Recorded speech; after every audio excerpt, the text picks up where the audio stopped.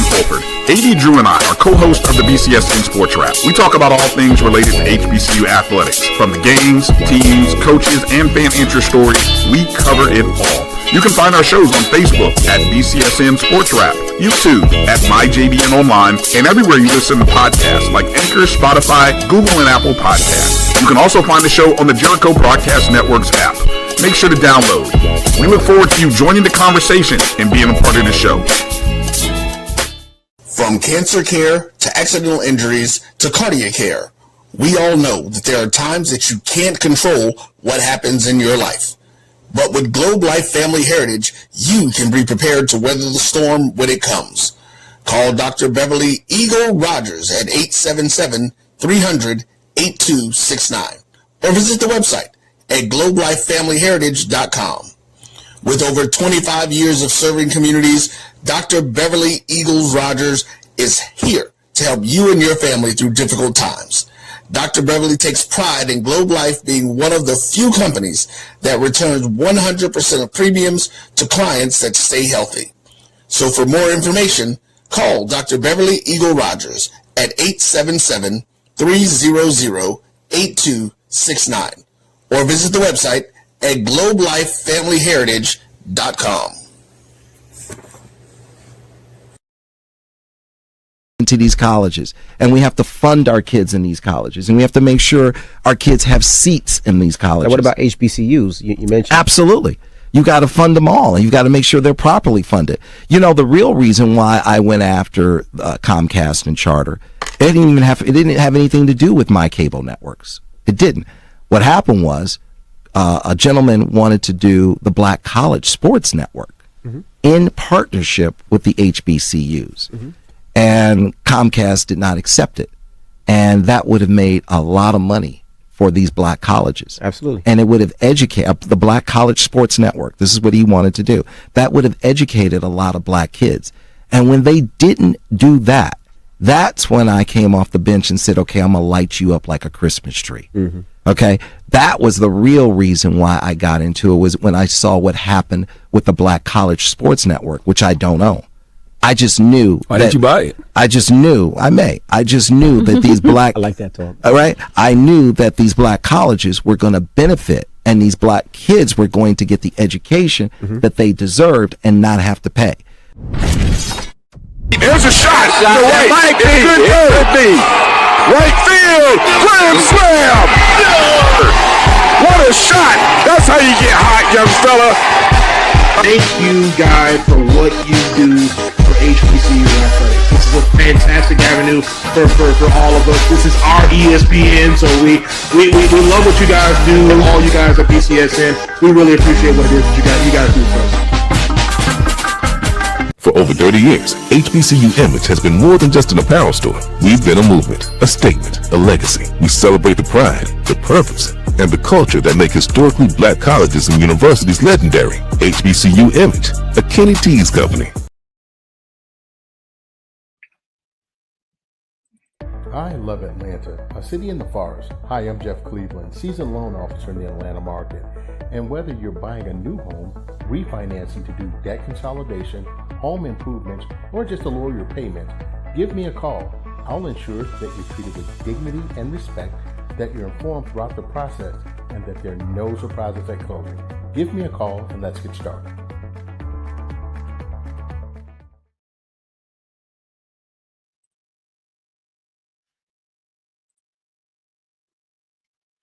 What's up? Today is the 28th of January, 2026. And to quote my conscience,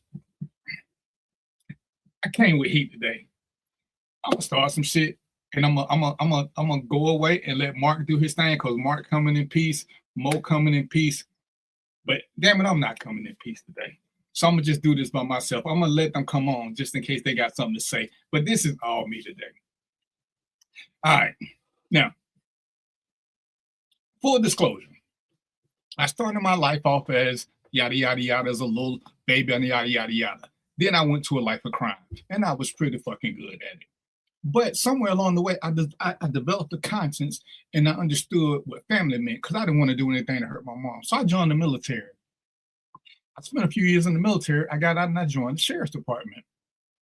So by definition, I'm a company man because I have spent I've spent the bulk of my life defending and protecting others. So when I got something to say about law enforcement or ICE or the federales or any of that, understand this ain't coming from a position of emotion and ignorance. I live this life, so I can tell you with clarity what's wrong and what's right, despite how I feel, because I do know the difference.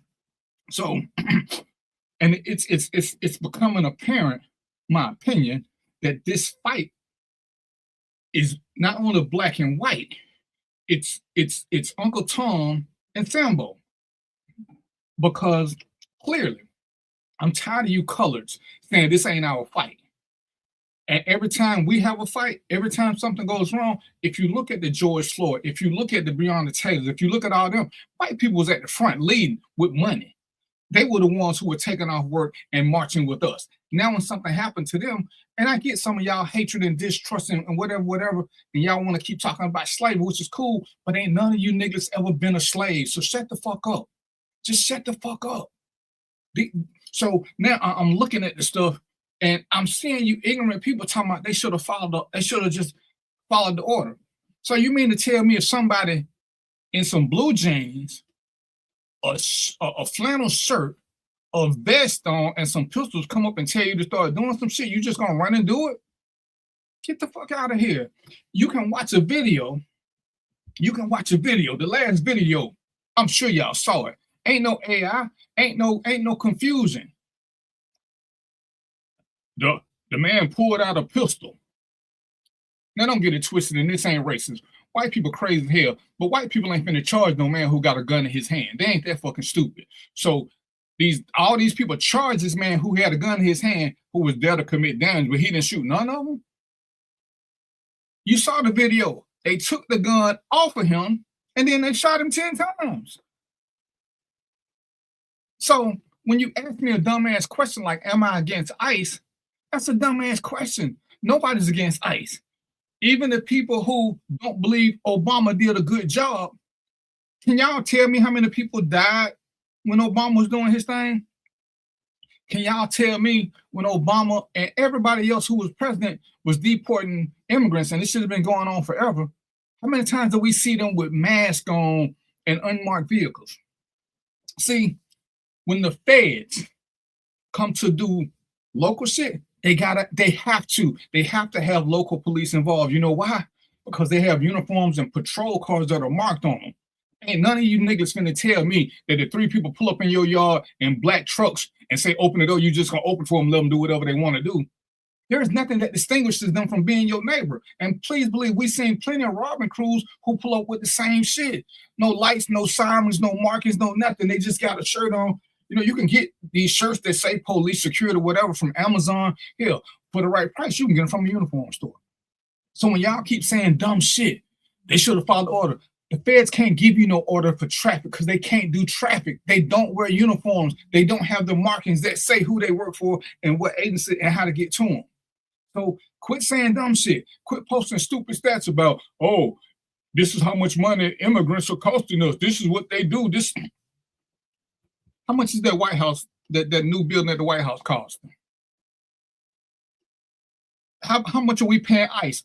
They putting more funding into ICE than they putting into damn near every other. They giving ICE more than they giving the military. How does that make sense? And just tell me this now. If it's about getting illegal immigrants out the country, why do they need masks on again? Why do they need masks? Oh, it's for their safety. And I'm going to tell you why that's bullshit. Because if they traveling everywhere, because that's what Trump said, they're going from here to there, they ain't in their home city. So what they need protection from? Ain't nobody going to recognize them.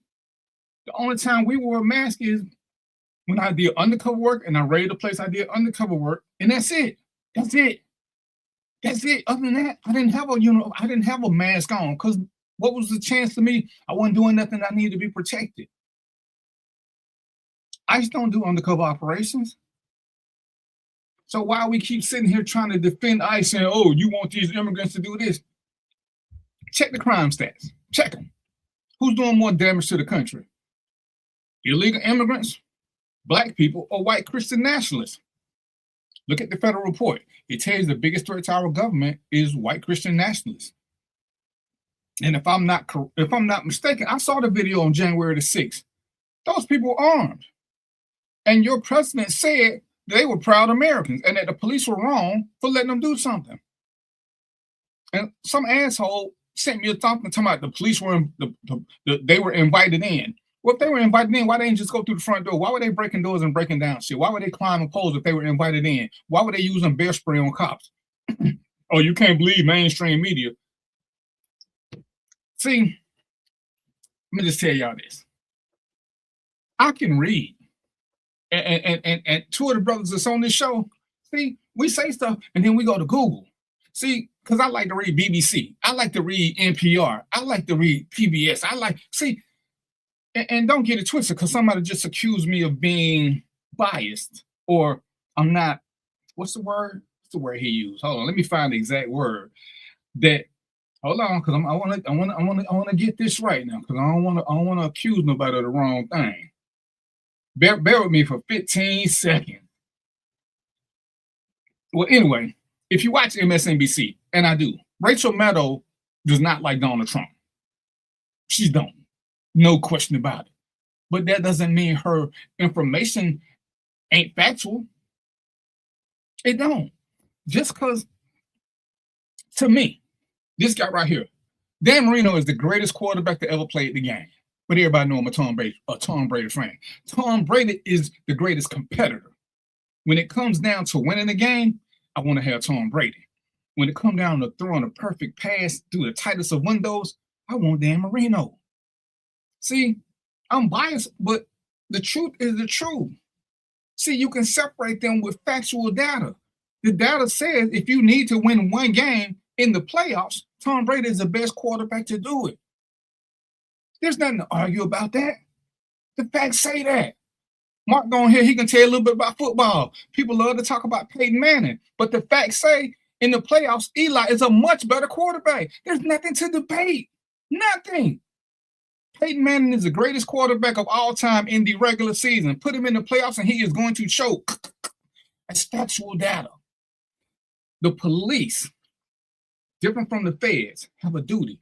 They don't get to enforce city laws. So quit sitting back, cooning, sucking one, talking about how these people are wrong. Some of y'all just want to see white people get killed. But understand this, while you sitting back talking about that, we, people of color, will not get the right to vote unless white people stand up for us. Because we ain't going to do it. We ain't going to do it. See my little shirt? Every time Jasmine Crockett stand up for something, do you see all the black politicians standing behind her? No, you don't. Because they scared. They scared. Where's Hakeem Jeffries? Where's the guy from North Carolina? Where all the black men that who, if they can't say that, they can at least support black leadership? When it's time for us to do something, are we really that scared? Yeah, because y'all was about that life. Y'all warriors, y'all kings, y'all come from these fucking tribes in Africa, but y'all ain't got no fight in you. And y'all ain't got no read in you. You won't read shit. Some dude telling me he quoting some shit from a podcast. Dude, this is a podcast. I can say whatever I want to. And guess what? Ain't none of it got to be factual. None of it. And guess who does the best podcast? Mo can tell you this. The best podcasts are people who spew hatred, who try to divide because they get a cult following. The ones that are most informative don't get nowhere near that. So I'm a back out because y'all got me a little heated because I'm tired of people trying to explain to me how ICE is doing a great job. And before I leave, I'm gonna say this. They've been in Minnesota. They've been some other places. But the stats say the biggest collection of immigrants, California, Texas, Florida, Georgia. Now, he ain't going to California because Gavin Newsom ain't gonna play that. But Texas, Florida, and Georgia got Republican governors. So why he don't go there? Why he don't go where he wanted? Because how many of y'all gonna go somewhere where y'all ain't wanted to prove a point? if you're trying to impress people and get your agenda followed, when you go somewhere where people are gonna support what you're doing and you can look like you're doing the right shit. I sent an article where they rated a whole apartment complex in Chicago for one guy. But they rated a whole apartment complex, complete with Black Hawk helicopters and everything. Tell me how that's efficient. Tell me that ain't a waste of your money. And, conspiracy theory, because I can't prove this, but why do they wear masks? Because it's them same ones he released from January the 6th, and he don't want people to see them. Because why else do you need to wear masks? All right, so that was my 12-minute intro. Let me get my two great co-hosts onto the show. I'm gonna go have me a drink and calm down, and I'm gonna let them do what they do because they got some good stuff for you, and they ain't animated and agitated and pissed the fuck off. Actually, if I'm gonna use the correct terminology. So I'm gonna let Mo come on. We're here. I'm gonna let Mo in, and I'm gonna let so we can give it a laugh. We're gonna let him go and the troublemaker with the fine ice. He gonna mute himself and let them do what they do. What's up, fellas? What's happening? What's happening, DVP? That ain't a good question today. That ain't a good question. I see you. I see you working on the left side over there on the fire, baby. All fire. Hey, DVP, before we get started, man, I can't find it live on your page to share it. And and I can't tell you why, because something going on with Facebook, because it ain't going to none of them. So I don't even know what to tell you, bro. Okay, because I was trying to share. It ain't you. All right, good, it ain't me. Yeah, that's what Rob was talking about in the inbox. Because we can't see it nowhere. They done shut him down till he get to Arizona with Mo. Shut him down. Shut him down. Right. Maybe I done made Marky Mark and the Funky Bunch mad. Well, I was looking, I've been like trying to while you've been talking, I was like, man, that's a good topic. You got to share from the random thought page. I think it's showing up there. I'm on the random thoughts with DVP. It typically usually show you red, the show that you live. I don't see that. So let me go look again. I'm looking at my phone where I've been looking. If I see it, I'll tell you. I done went to all 9 of your pages. Oh, you know what? What? It ain't showing on nothing of mine. Let's see. I think I see it on JBN. Yeah, that's the only place it's at. It's showing on my JBN. It's the only place it's showing. Ain't that nothing? It's recorded. We're gonna go back and talk about this. That's a good topic. To piggyback off of what you were saying, I'm with you on that. We do say and do stupid shit. Humanity is humanity. And understanding that is golden. I'm with you. If something happened to them, I may not be out marching and protesting, but I ain't gonna say stupid shit like, well, they should have, or that, you know what I mean? That's what we wrong. Sometimes you gotta support others. And the only way we're gonna get to where we want to be is getting help from others. So if we feel that we only gonna help ourselves, then that's dead in the water. Like you say, everything that we've ever done, we've had help and support from others. Races. So, we get in these situations and we start speaking emotionally, and it just be the dumbest shit that come out of our mouth. You know what I mean? That's what we wrong. Sometimes you gotta support others. Hey, man. And this is my thing. Bro, I was a cop. I'm not telling y'all what I think. I was a cop. I know what the rules say. And you want to sit here and keep posting fucking memes. Dude, look up ICE. Look up what they supposed to do. Nowhere on there. Even on the crazy show. Well, some of them, you don't see the FBI doing traffic stops. They can't do them. They don't have the marked units to do it. That's why I hated training day. There is no way somebody, just because they throw a blue light up and you're supposed to pull over. The law requires certain things just for those things, just for those reasons. It's got to have the markings. They need to have some type of uniform on for your safety, because anybody could put a blue light on. Anybody could. Mo gonna throw on the vest right now and holler like he ice. Dude, you got to have something else. You better have some police, something with you.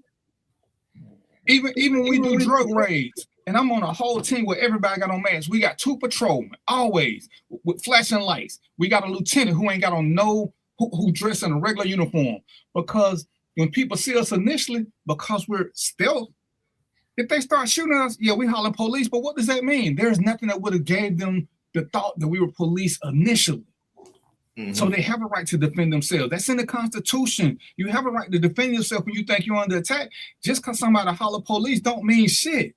What was there that proved that they might have been police? That's why you even see now a lot of police that went to the shields with flashing blue lights on, so that at least they got something that says this. But a flashlight don't mean you police. Everybody got a flashlight, and it's like, come on, y'all saying all this stupid shit. I'm gonna knock on more door, and I'm sitting there with an AK-47 and looking. I'm ICE. Open the door for what? I'm looking for something. What you looking for? Something. Open the door, damn it, or you obstruct the justice. You can't obstruct justice when there is no justice being served. True. You can't. And I tell people there are only four legal ways in every country in the United States to enter somebody's house. There's only 4. Please believe me. There's only 4, no matter what state you in. You got to get valid consent. You have to have a search warrant, not an arrest warrant, a search warrant. You have to have exigent circumstances, which means there's an emergency. If I'm at Morehouse and I see something on fire, I don't need his permission to go in there. There's something on fire, I can do that. And hot pursuit. That means I'm chasing somebody who they know I'm chasing them and they're wanted. If they run into a residence, I get to run right behind them. Those are the only 4 times the cops can enter any cop. Federal, local, it don't matter. That's the only time they can legally enter your house. That's it. Nothing else. Mark, I can't get nobody permission to enter your house. I'm your guest. I don't have the authority to let somebody enter your house. I'm a guest. Now, when you give me a key in a room, I can let them in the house. They can search my room and whatever room you give me access to. That's it. That's the law in every single state. Every single state. Every single one. Anyway, I said I was going to have me a drink and let y'all run the show. Do y'all think? I'm getting a headache. I guess I started, man. As we, I thought about it. We should have did it from fall to winter, summer to fall, but get your house prepared for the next season. There's a lot of things that we overlook, but your house is probably one of your biggest, probably the biggest investment that you're probably making in your life. So I was thinking about all the stuff I got to do for my house as the season changed, and I was like, you know what, it's good to inform the people on those things. The biggest and most important thing is changing your filters for your furnace, your AC unit. Make sure they change so that your units aren't working so hard.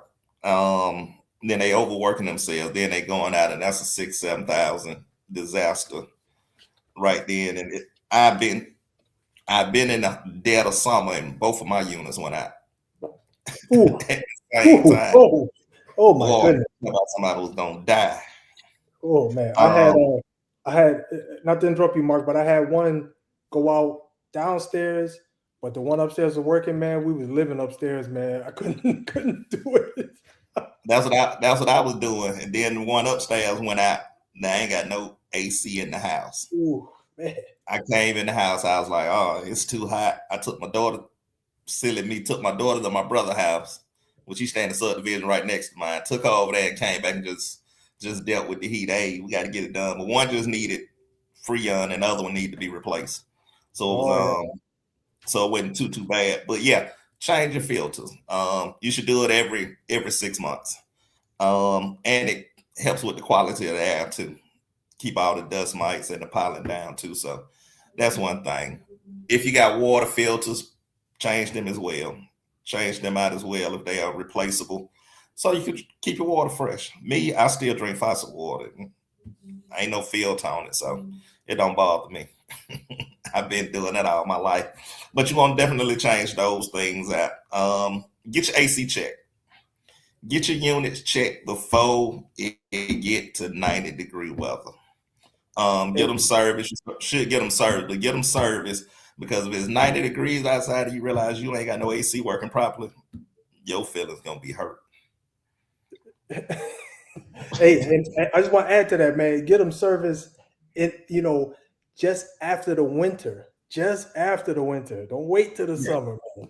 Yeah, that's what I'm saying. Don't wait till the 90-degree days, and then you in trouble. But as soon as the temperature start getting up 65, 70, go and get it serviced, and then you'll know what to look forward to. If it's an issue, they give you a month or so to try to, put that money together and get it fixed, so you ain't having those issues. Go ahead and get your gutters cleaned, because once we get out of the winter, get into the spring months, it's raining. Once it starts raining, your gutters fill with leaves and the water backing up, all it does is just find a way to run back onto the house. Now you got an internal leak coming from your gutters. Now water leaking back into the house, which is still gonna be an issue, especially once it starts leaking. Water is one of those things that it's gonna find a way.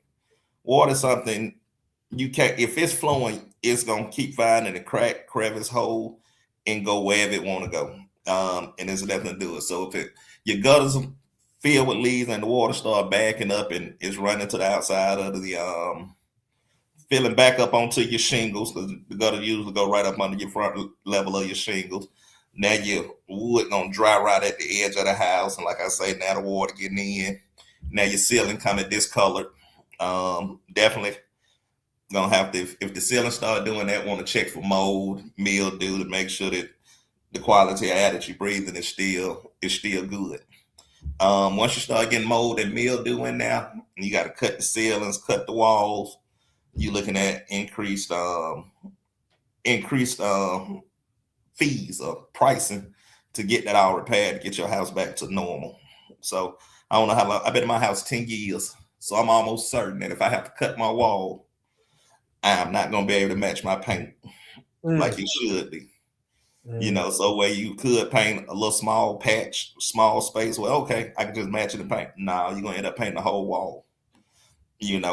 Depending on how old the paint, you paint that wall, it's still gonna be different from the other wall. So now you mess around and I'm supposed to be painting one small area, now I gotta paint a whole room. Like I say, just added costs on top of costs. So definitely get them gutters cleaned out if you got trees around you, so that the water is flowing properly. It's the perfect time to start treating your yard. Your grass been dead, laying low all winter. So now when it start popping up, changing colors, popping up, you don't want weeds all in your yard. So go ahead and start treating your yard. If you pay people, like I got turf masters that treat mine. So every 6 weeks, like clockwork, they coming out to treat mine. You want to start doing that now? Like I say, I'm one of them people, I want a nice yard. I like to, when you pull up to my house, I want you to look at my grass and be like, damn, it's a nice yard. Like I said, it's my biggest investment, so might as well make it look nice. So you want to start treating it now. If you want to do it yourself, Scott's is one of those. They got an app on the phone that they'll tell you when it's time. It'll give you a reminder of when to put the certain treatments down.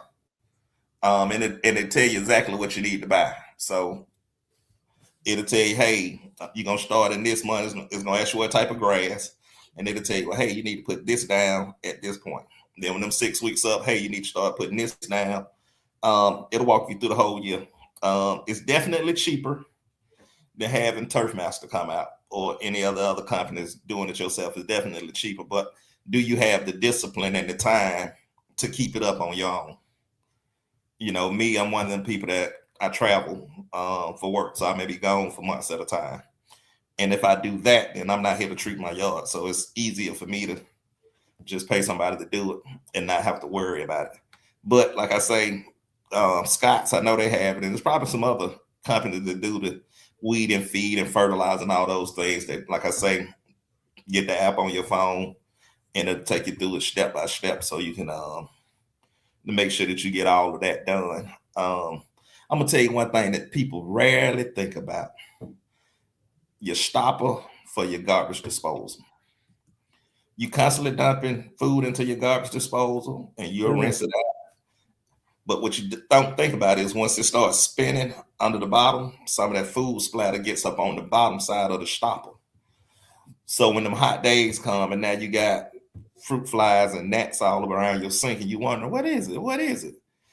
You pour bleach down there and they come right back because on the back side of it, you didn't clean it. So it still has food that's, getting old. It's easy. Reach down there, pull it up, rinse it off real good, clean it, put it right back down in there. But definitely if you start seeing gnats and stuff in your sink and you can't figure out why, that's one of the things you definitely want to, like I say, reach around there, pull it up and clean it. Easy thing. If you got sitting puddles of water around the house, make sure you want to clean that up because that's going to bring mosquitoes. If you got buckets outside, empty flower pots, things of that nature, anything that'll catch water, that's going to bring mosquitoes.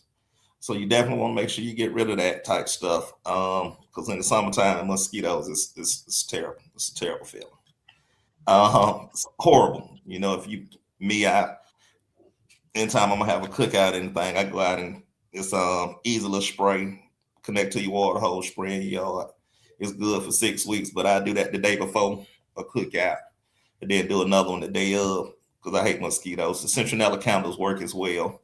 But like I said, if you got anything that's sitting water, it's gonna bring the mosquitoes to the party, and you don't want that. Now it's the best time to start getting decks, your decks repaired, stain them so you can see damaged areas. As long as that paint is on it or a stain is on it, sometimes you can't see where it's becoming rotten and decayed because the color's on top of it, so you really don't see it. So you definitely want to pressure wash it. Pressure wash it real good, and you can see the damaged areas. You can start locating where wood bees, they start drilling into your wood. You want to place those areas. Get it replaced. Go and put a new color stain on it so it look brand new again. And the stain actually protects it. So after you pressure wash it, give it a day to dry, come back and put your stain on it. And it actually increases the life of your deck. A lot of people just stay there and just let it do what it do until it just rotten and decayed. But doing small things like that, it'll last a lot longer. Some things like that to get it ready. For the most part, that's about it to get started. Hey, let me say this right quick, because my plumber told me because I was gonna get a trash what do you call that thing? Disposal. He's like, don't get them because eventually it's gonna mess up everything. You better off getting one of those little drain things or go to T where you can get something. When you got leftover food, put it in the trash and take it out. It won't mess up. It won't mess up none of your piping. It ain't having a garbage disposal ain't the convenience that we think it is in the long run, because you got to do a lot of maintenance to it. And if you know you're not that type of person, don't keep getting stuff that needs true maintaining. Sure. He was telling you a lot of stuff, and I would tell you a lot of stuff you need to do twice a year.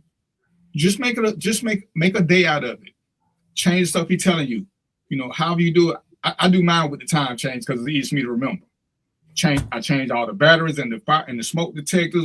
I change when it's time to change the clocks. I just start changing everything. I change all my fields. I change everything because it's easy for me. It's easy to remember. But most of the stuff does need to be changed twice a year, especially your AC unit filters. And depending on how much you use, some of y'all need to be changed quarterly, even monthly. If you live on them, and it ain't nothing to go down there and check. But like I said, it's one of them things where people don't, with their biggest investment, they not really good investors because you're not checking on your own property. Because keeping a good filter will keep the AC guy away from you, because he's gonna charge you $200 to come change that filter when it don't take but 6 minutes. It don't take but 6 minutes. And a cheap thing to do really is those swimming pool little styrofoam things. Man, go get some of them and put them on your pipes on your AC. Put them on all your pipes and just keep them on there. It ain't gonna hurt nothing in the summertime, but when the wintertime hit, it's already protected. You ain't gotta buy no special tubing. You can them same ones you use in the pool, they'll do the trick. Pool noodles. Yeah, but just get used to doing it. Like I said, I do it with the time change because it's just an automatic reminder. That's a good way. You should also, depending on what kind of septic system you got, have somebody come out there and clean your septic tank or check your water, make sure everything's still going smooth. It seems like it's a pain in the butt, and it seems like it's a waste of money, but it's better to have somebody maintaining it than to have somebody come fix it. Because when they come fix it, all them little payments that you would have been maintaining, they don't compare. It's $10,000 to fix it. It's $300 a year to maintain it. It's like, man, I don't want to spend the $300. Go on and get it fixed and see what happens. Go on and get it fixed, player. You definitely want to spend that $10,000. But yeah, those are the things, man. And if you want to do any upgrades and repairs to get you, whatever you want to do, start now budgeting. Go on to get your quotes. I always tell people get 3 quotes. At minimum 3. Because you're going to have the high, you're going to have crackhead prices, and then you're going to get somebody that may fit into your budget. I tell people all the time, although I do home renovations, I tell them I'm not in everybody's budget, and I understand that. But understand that sometimes you are going to get what you pay for. Be mindful of who you're dealing with.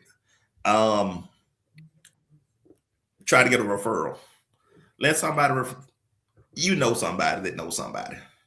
Referrals are a little bit better because at least they've done work for somebody that almost can vouch for them. 95% of my work is referral, which is good. That's good. So when I come and I give you my price, at least somebody can say, well, hey, he did do this and he did a great job or whatnot. Because I know it comes down to get tricky, and I know a lot of scammers out there. When people want to do home repairs and things of that nature, and we get to a point where we think that we shouldn't put any money up front, no money down, for somebody to start doing work. I get it. You don't want to take that chance, taking that loss, but on the contracting side, we don't get any money. We spend money on material. We start working, and you decide that, hey, I don't want to pay. So it's a two-way street. So find somebody that you can trust. Like I say, a reliable referral is always good.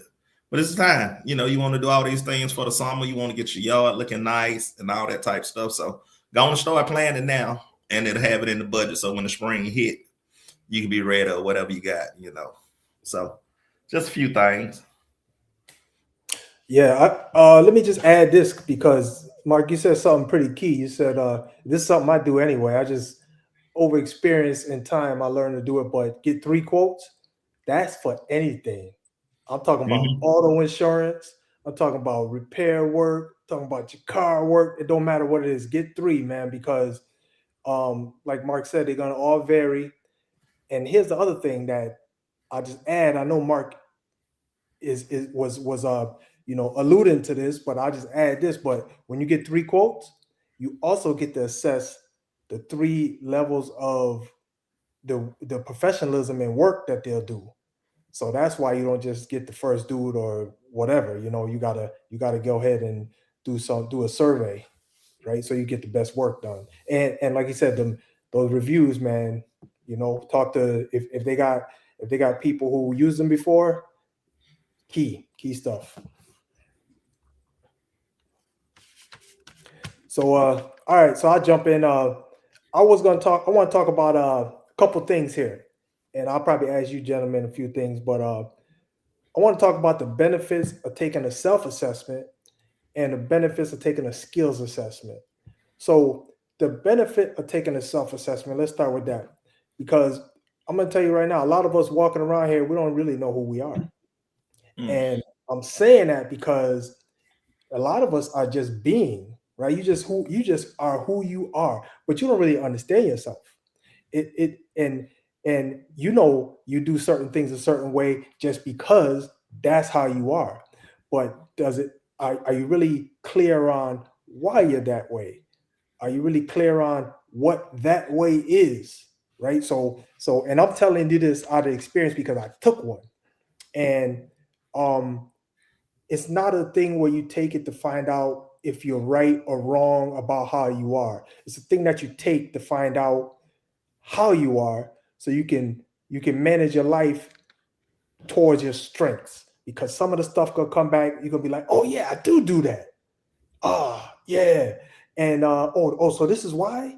Okay, so I gotta figure something out there. But then there's some other stuff that says, oh yeah, I do that, and it serves me well. And you say, oh, I'm gonna keep doing that.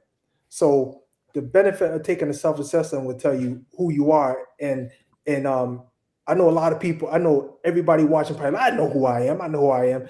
I guarantee you don't. I guarantee you don't until you see it in writing, and then once you see it in writing, you take this assessment, and it tells you, okay, this is the type of person you are. These are the things you do. This is why you do it. Once you see that, then you be like, now it makes sense. DVP, you ever take a skills assessment, a self-assessment? Because I'm like most of them other people. I'm scared what I'm gonna find out. That's what they don't want to know, bro. They don't want to know. They don't want to know. I don't know why you trying to get these folk control, player.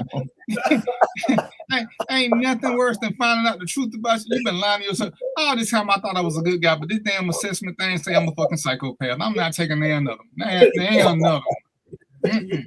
You ever take one, Mark? You ever take one, Mark? I haven't taken one. But I do understand when you say that it helps you realize who you is and working your strength. That's always a plus.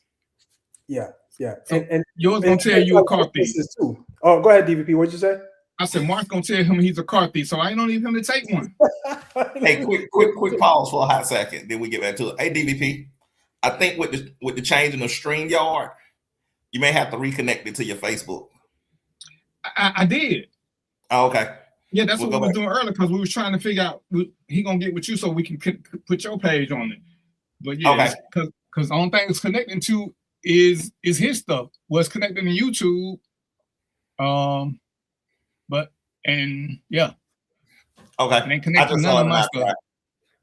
But yeah, and maybe that's what they're trying to stop. Maybe they're trying to stop people combining it and using multiple pages. Who knows? Who knows? So well, I can say this: it's live on my page.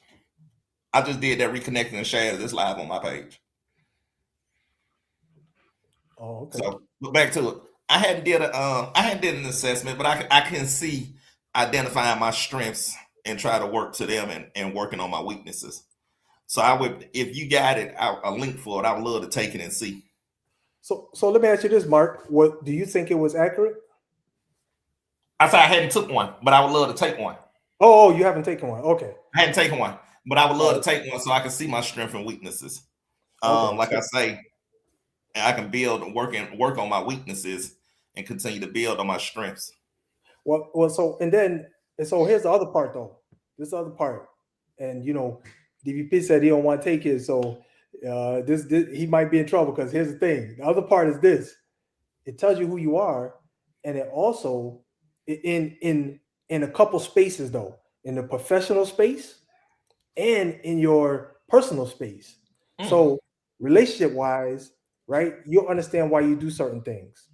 And then professional wise, you'll understand why you do certain things. It breaks it down into those categories because we both have, we all have two social spaces, right? You got your professional social space and you got your personal social space. And so you need to know, how I do certain things in my personal social space and how I do things in my professional social space. They should be different as far as I'm concerned, because I'm not, you all right, DVP? You good, man? They coming for you? Oh, okay. But yeah.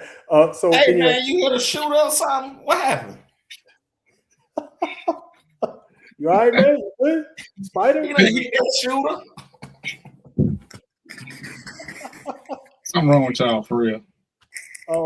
So in your so I'm personally, I guess maybe everybody not like me, but I'm a different person in my personal social space and my professional social space. And I do that deliberately because there's certain things that I'll tolerate in my professional social space that I won't tolerate in personal social space and vice versa. And I think we gotta kind of have we gotta kind of live two lives, deliberately, just so we can be the best person we can be in all those different spaces. Because when you're in a lot of different spaces, you need to apply yourself differently, right? Because I can't just be Mo the I ain't gonna say because this is not a show where I can say safe space. This is the safe space, Mo. The N-word at work. I'm not gonna do that because that's how I feel. I'm comfortable in that space, but when I go to work, I'm cognizant that I can't do that, right? Because I want to keep my job and I want to maintain those fake relationships that I have there. But then in my social space, I'm who I am. People accept me or not. But so the thing with this self-assessment is it'll let you know who you are. And then also, like I was saying, with relationships, you'll see traits that transcend into your relationship. You know what I mean? So you're like, oh, that's why I can never apologize to her. Because that's me, man. I'm the dude. I struggled with that for a while. Apologizing, that's a weakness of mine. I can't do it, or I wasn't able to do it. And when you get an assessment of something, it'll explain to you why you're like that, what's the reasoning, and then you can kind of think about it yourself. You still might need to get some psychological help to figure that part out. I don't know, but at least you'll understand that there's a reason for how you are and why you are. Okay. And then the other thing I want to talk about was a skills assessment.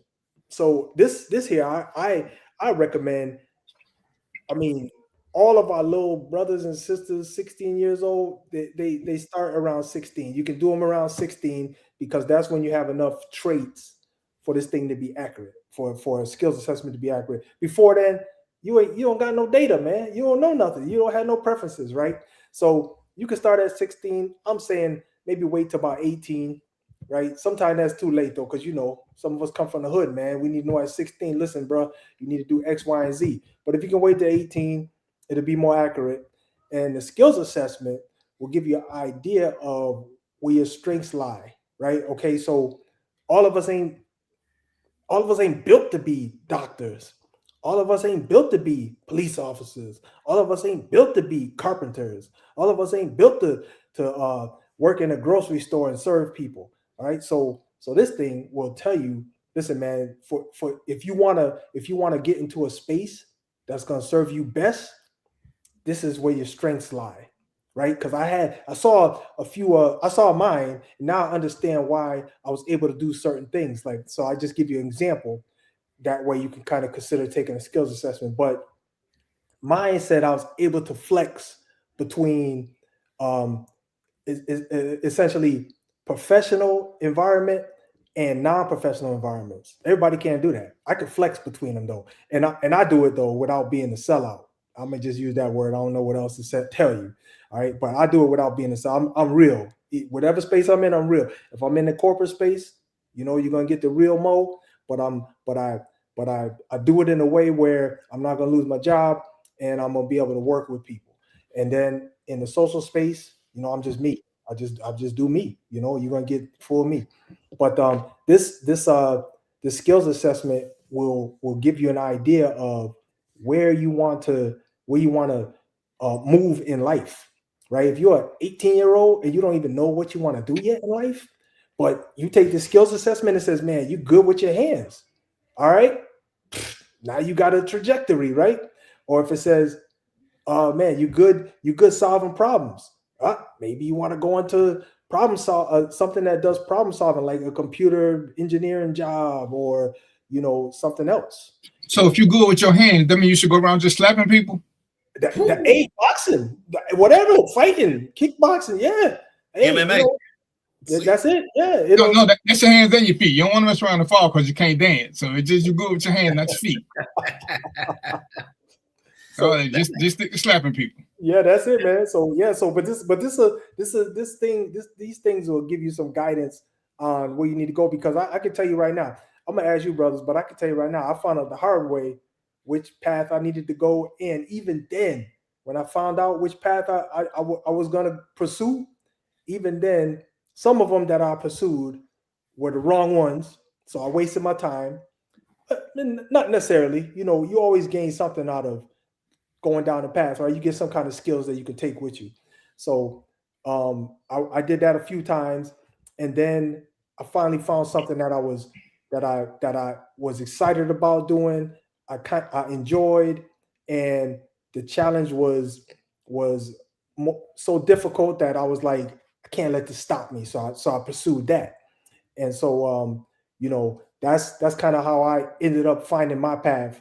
Not ideal, but I'm guessing even Mark and DVP, y'all kind of found out your strengths and weaknesses based on trial and error as well. Would I be right about that? I definitely found mine through trial and error. I do vaguely remember taking like a skills assessment in high school, but I don't remember my counselor really pushing it, pushed me in that direction. I don't remember what it was, but I do vaguely remember taking a skills test. But for me to get where I am, I started out just working average jobs. Then when Y2K hit, it's gonna be plenty of money working on computers because of Y2K. So I went to school to be a computer tech. I was like, okay, cool. Went to school, got out of school, realized I hated working on computers. I hated it. Went to school, it's plenty of money in it. It's gonna be money. Got out of school and hated it. It was like miserable. Man, I don't feel like going to work today. Man, I can't wait to get off. Man, I'm tired of looking at this computer. So it was like, so what I'm gonna do? I took a job which paid less money. But at the time, we talking 90, maybe 99, right at 2000, because right there in Y2K. So we probably in the 2000 now. And I suppose been going into people's homes connecting wireless routers. So I'm like, okay, cool. Took the job, show up for the first day. They say, hey, we ain't got no work. We ain't got no work in that picture. I like quit my job to come over here. So what they said, well, what we'll do is learn the telecommunication side, installing phone systems, learn that side of the business. And then when we get work on the other side, we'll just transfer you over. So I did it for about a year. Position never came open. And the company ended up closing down. But I learned then that I enjoyed telecommunications. Mm-hmm. So did that, went and found another telecommunication job. Loved telecommunication. Like I love this. But when that company closed down, now I'm stuck again. So in 2 years, I've been laid off because company closed. So I ended up working with my dad. He's an electrician. So I started working with him. Then I learned the electrical side. And then it just took off from there. So I bounced between telecommunication and electrical work since 2001. Then once I started taking electrical serious and started doing more of it, like, you know what, I enjoy this. And then when the pandemic hit, everybody kept asking me, do I do everything else? Do you do floors? Do you do this? Do you do this? I had a skill set to do it. So I just started saying, yeah, I do it. And then I was going in, I was doing it. And then then I got contractors. From me doing all these electrical jobs, I'm on job sites with all kind of contractors. So I started getting the contractors information. So now to a point now, I still do it, but I got contractors doing most of the work for me. But I still love doing what I do. So I had to bounce around until I figured it out.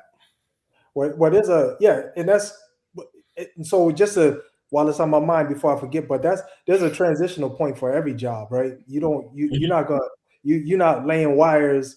You start off laying wires, but then you end up telling somebody how to lay wires, and it goes from there. So there's always a transitional point, right? And so I'll say, and so Mark, your story is a good story to kind of leverage, because I personally changed paths 5 times. I thought I was headed to do something that I wanted to do, and the universe had other plans for me. It said, no, that's done. You know what I mean? The guy closed the company. All right, what I'm doing next? And so I just kept floating, man, until I found something that was stable and where I could earn a living. So that was that. So yeah, I changed paths about 5 times. But this skills assessment will at least give you an idea of, you can start. It's a good place to start, because it gives you an idea of what you are good at, right? Just intrinsically, you ain't even got to try. You know how we see these people that could do Rubik's cubes. Some of them they never read no manual on how to do that. They just do it, right? And so that's the same thing. We all got that in us. Maybe DVP got that for, DVP was a cop. Maybe he got that into it. That's normal. That's in him, right? All the traits. Go ahead. I think one of the things that we got to realize with them assessments, and I think y'all both touching on it, and y'all don't realize what you're saying. There's a difference between what you're good at and what you like doing, and you got to find that happy medium. Because there are a lot of things we're good at, but we hate them. So where are you in life? Do you need to make the money regardless, or do you? You know, it's kind of like in retirement. Now that I'm retired, I do what I want to do. But when I needed to pay bills, I do that. You know, as my dad said, do what you have to so you can do what you want to. And the skills assessment, you may be good at this, but is it something that pays? Is it something that pays well / regularly? Because if it don't, you know, a lot of people, you see everybody now, everybody either want to be a real estate agent or make their own jewelry. Okay, but being a real estate agent costs you money. Making your own jewelry, how much jewelry you plan on making?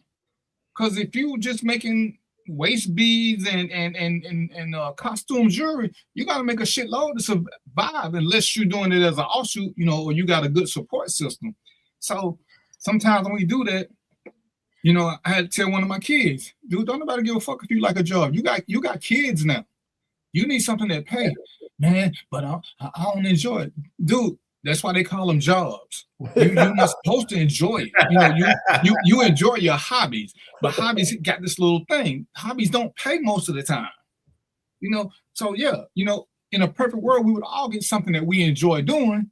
But if we're being honest, we need to find something that pays us well so that we can enjoy other stuff. And you know, and that's the whole thing I think that we got to get ahead of, because you know, we take the ASVAB in the 11th and 12th grade in most high schools before you go to the military. And it tells you what you're good for in their world.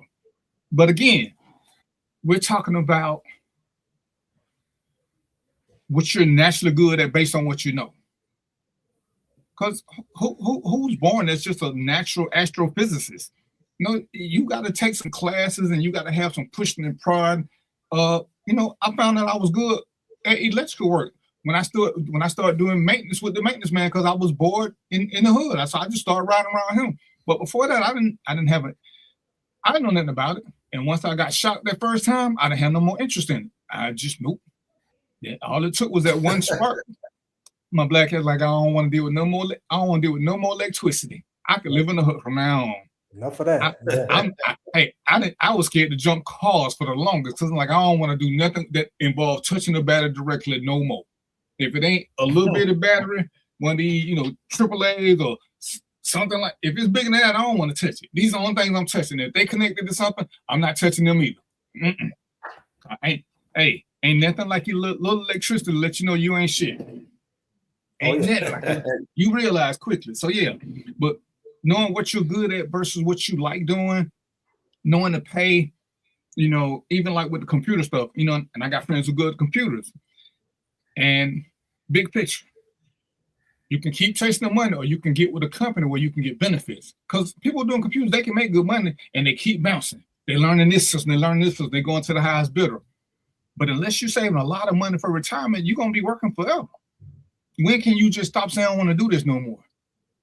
Because, you know, and these are things that I think when we having the real conversation, we actually do start need to talking about, okay, well, if you work 20, 25 years, then what? What's going to happen? Because you don't want to start working at 22, 30 years later, you're 52, and I ask you about your retirement, and you looking like, well, damn, I ain't got nothing. So you've been working 30 years for nothing. You've been living moment to moment to moment. So now you got to work 30 more years because you ain't got nothing saved up. You know, you might have $10,000, $15,000 in savings, but your mortgage is $3,000. So your $15,000 ain't gonna last you but 5 months. Yeah. So then what you gonna do? That's what will come into the play. I was getting ready. It's a fact, man, because I was getting ready to tell you, man, DVP changed the subject to that. And I'm gonna tell you this. There's certain things you have to do to prepare for I'm gonna say, I know Mark's still working, me and DVP's time. There's certain things you have to do, you know, to make sure you're ready for when that time comes. When you not working no more, it's scared the hell. I'm gonna tell you, it scared the hell out of me. I'm like, it doesn't even make sense. I'm not working, but I'm gonna be able to make money and live. It doesn't even compute, man. DVP, did you go through this? Well, because when I stopped, I came with a retirement. It was just, what am I going to do now? But I had a company, so I got to devote more time to my company, and that's what I'm saying. Oh, okay. When you get on this process, and this is what I tell you about, get a job that pay you good, that's going to give you some benefits. While you're doing that, start developing you something that you like doing. So when this one ends, you can merge into doing something that you like. But the money's still there. That's why I said people can call me now. If I don't want to do it, I don't want to do it. I don't care how much money they offer me because I'm paid now. But when you ain't got that, you don't have, I hear people ask, I don't want to do this. How much money you got saved up? You don't want to do this, but you want to borrow $200 from me. See, that don't make sense. That don't make sense. Yeah. So you got to do some things, and we'll talk about another show. But even when you become an independent contractor, and this is where Mo comes in, because he's gonna tell you about the stocks and stuff. But I'm telling you, you need to set up a high yield savings account. One, to pay your own taxes, but two, just so you can set up a retirement account.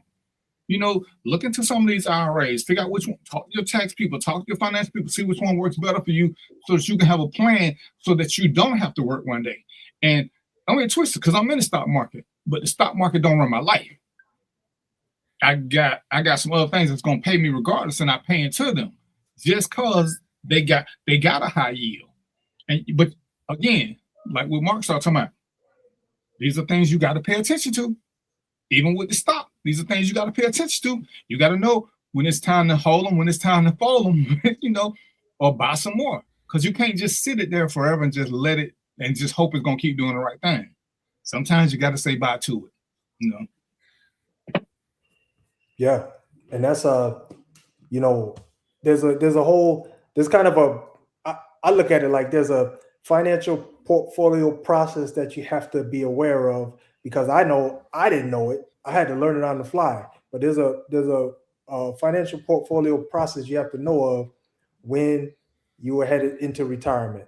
Because I'm just all I do is my money is coming from investments now. That's it. You know what I mean? I'm retired. So once you retire, you don't work. You ain't got no income. So it's all out. Everything going out unless you got something else going on. So it's prep time to you got to prepare for that. It don't just happen overnight automatically. But you got to prepare for that. So that's it, DVP. I'm gonna stop there, man. I don't need to stop, bro. I don't need to stop. Y'all doing good. Y'all doing good. And since you right now, go on and tell us about the NASDAQ. Explain that to us, since we don't segue into talking about money. Oh, okay. So yeah. Ask any question you want. So the NASDAQ is called an index. All right. So this is how it works. They got these things called indexes, right? There's the Dow Jones Industrial Average. That's an index. The NASDAQ, that's an index. So what are those? So what those are a compilation of companies that they use as a baseline to tell you how the whole world is well, not the world. Let's just say the Dow Jones and the NASDAQ. Those are indexes that they use in the United States. All right. So if we're saying, oh, how's a country doing? Right? They're gonna look at those. They're gonna look at the Dow Jones first, or I won't say first. They're gonna look at the Dow Jones and say, oh, the Dow Jones is X, Y, and Z, and based on the number, they know based on the number what it typically is. They're gonna know whether it's high or low, and if it's higher, stocks, the country's doing well. If it's lower, the country's not doing so well. So the NASDAQ is the exact same thing. It's a bunch of companies, and they look at them as an index, and they say, hey, how's the NASDAQ doing? Oh, that group of companies, they're doing well. Or that group of companies not doing so great. And so that's what that's all about. So they got a couple of indexes that they look at just for that purpose, because it's almost like the way I look at it is like this. I got this in my training course. Think about it this way. Chicago Bulls, right? Let's think about a time when Michael Jordan played for the Chicago Bulls, right? Michael Jordan was the NASDAQ, or he was the Dow Jones, because think about it this way. If Michael Jordan playing good, guess what? You could assume the team is winning, right? He playing good, you can assume the team is winning, right? If Michael Jordan playing bad, you pretty sure the team is losing, Exact same thing. Exact same concept. More questions. Okay. I love that. What does NASDAQ stand for? It's man, DVP. Why you hit me with that, man? Oh man, I know that. But let me look it up real quick. I'm gonna take some of the pressure off you, brother. Here it is. NAS. Niggas ain't NAS, doing absolutely shit. It's NASDAQ. That's NASDAQ. Oh, Q. What you say, sir?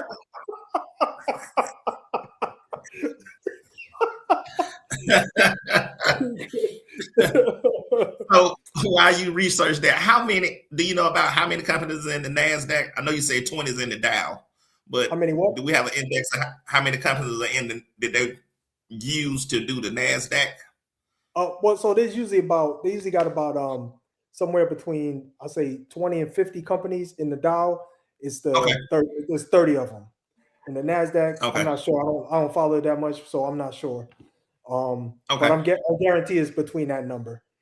But yeah, so I could tell you DVP. So it's NASDAQ. The last three are data acquisition quotes. Okay, the first three I forgot, man, because systems. S is systems. A North American. Yeah, North American Systems Data Acquisitions. Quote. I didn't make it up. Somebody made it up, man. So that's all I can say. So it's abbreviation for all that crap. It's related to how they used to do stocks in the old days, but they kept the name. That's all. Cool. Thanks for the information, Mo. Yes, sir. And you know, go ahead, Mark. I was going to ask, I know we talked about there was a third one. If you just tell me what it is. I think last time you said it was 3 of them. 3 indexes? It's NASDAQ, the Dow, the New York Stock Exchange. That's it. NYSE, NASDAQ, and the Dow. Okay. But so just to be clear, the New York Stock Exchange is not really an index. It's an exchange. That's why it says E. That's why it has exchange. It's a place. It's where you go to make trades. So y'all all know in New York, right? There's a big old building. That's where all these dudes go to make trades. New York Stock Exchange. Okay. Cool. Or DVP, did you find something different? No. Hey man, that's your area, brother. That's your area. Do research, man. So hey man, Mark. At the beginning of the show, didn't I say this was me today? I ain't cooperating with shit. I'm straight heat today. I gave y'all the disclaimer at the beginning of the show. I'm just straight heat today. I'm still hot. I'm still hot. He's simmering over there. So that's what that is. So anyway, what I encourage everybody to do, whether you end up doing this or not, you could take it from me, you could take it from anywhere, but learn the basics of investing. It's a real principle of our world. It's how our world operates, and you can't get away from it. I don't care what you do. If you're working, I can guarantee you right now, Mark, I can guarantee you got money in stocks. You probably don't know it, but you do. Want me to tell you how? I know you do. You ever had a job? Mm-hmm. Yeah. What your job does, they take you ever put money in like a 401k or anything of that nature? Mm-hmm. So what a 401k is, your job is going to take that money. They take that money, you put it in the 401k, they take that money and they invest it. So they invest it for you, right? And that money, so this is kind of messed up, but I gotta tell people how it works. What happens is this. They told Mark, they said, Mark, put your money in this 401k account for company X. All right. Mark said, yeah, man, that's a good thing because, later on I'm going to get a return. So they took your money, they invested into stocks. All right. Whatever kind of stocks they want, stocks, bonds, whatever, they invested. And then they get a return. And let's say the return is, I'm going to make it up. Let's say the return is 40%. Mark, you're getting 5%. Here you go, Mark. And Mark's happy. Mark's like, ooh, I put this money. All I did was give him my money and I got 5% back. Yay. okay, Mark, you could have done that yourself, man, and made, it made more than that. But there's risk associated with that. So they took the risk and all that because they got to give, the stuff you're getting back from the company is guaranteed. There's no loss. They guarantee it. But for you, there's no guarantee, but you'll get more if you're successful. But you got to assess the risk and all that, and that's what I kind of help people figure out. Go ahead, DVP. You had a question? No, sir. Oh, I thought I saw you. So that's what it is, Mark. Okay. That I can see that. Like you said, they take the risk, so they want the bigger piece of the pie. Yeah, right, exactly. Mm-hmm. Well, they are. Yeah, you're right. They're taking the risk because they guarantee your money. Your money back. So, and that's like you can think of that like a CD. When you give your money, and this is why you gotta have your money invested like a lot of different spaces. Have a CD, have some stocks, have a little side business, all this stuff. Have all these different things going on because you wanna be able to make money. One of them is gonna make money, one is gonna lose money, whatever. I could tell you, I'll give you a good example of what I did and why it didn't impact me that much. I'll just do this and then I'm done. But y'all remember when the housing market crashed, right, in 2008? So yes, when that happened, I actually ended up losing. I walked away from my house because it was crazy, man. The value of the house dropped 50%, and they wanted the same mortgage money. I'm like, y'all on drugs. I'm getting out of here. I'm leaving. But the point is, so I lost the whole house, but I also had money invested, and I didn't have it invested in real estate because real estate was getting slammed. That's why I had to leave this house because real estate got slammed.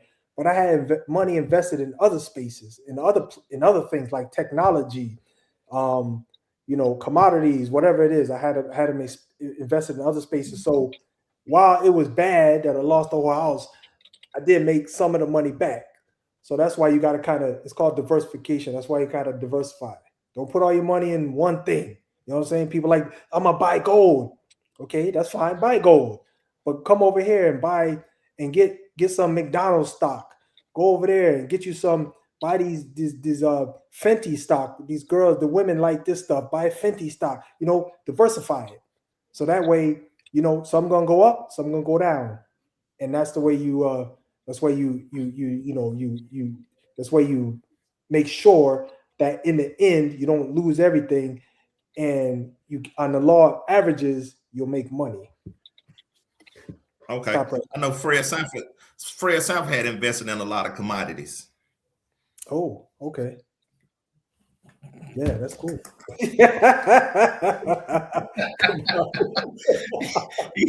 he had all that junk in the junkyard talking about it was commodities. He did. But I've heard the term diversify quite a few times. So I definitely understand that part because basically you don't want to put all your apples in one barrel. Yeah, man, I got a bad example, but I don't want to mess up DVP show, but I can give you a bad example. You want a bad example? Want a bad example, DVP? Hey, man, go ahead. You're in the club. It's 2:30. Yeah, there you go. You banging in the club. It's 2:30. 5 girls you've been gaming on. All right.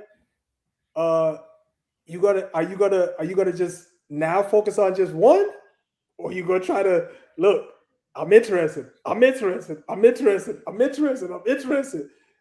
take your chances on getting one. How close they sitting each other? No, they away from each other, man. Oh yeah, we shooting shots. Yeah, that's what I'm saying. So that's the same idea with stocks. Same idea with stocks, man. Buy 5, 1 do good. If 4 do bad and 1 do really good, no worries. Don't worry about it. Yeah, you good. Hey, man. All right, I got a question for y'all. I got an answer for you. What the fuck does agree to disagree mean?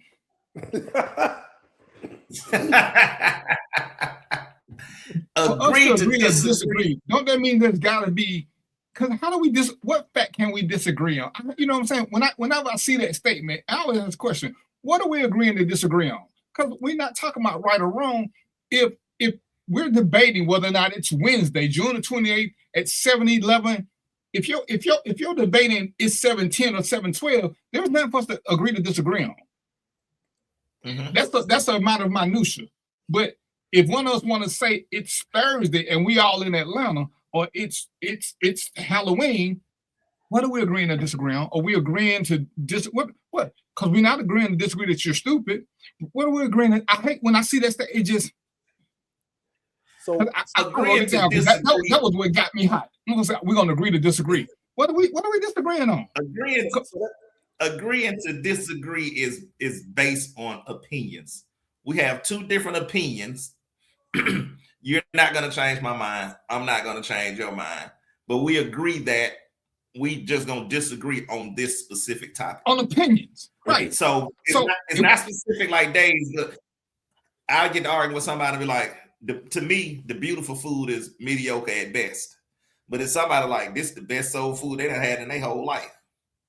So no, I had the greens. It wasn't that good. Man, excuse me. Them collard greens the best. We gonna agree to disagree on this one. Okay, and I have to stop you on that one, because if that's what y'all agreeing to disagree on, then you being way too kind, because they're clearly, because the food sucks. It ain't even mediocre at best. It's bad at best. It's bad at best. So look.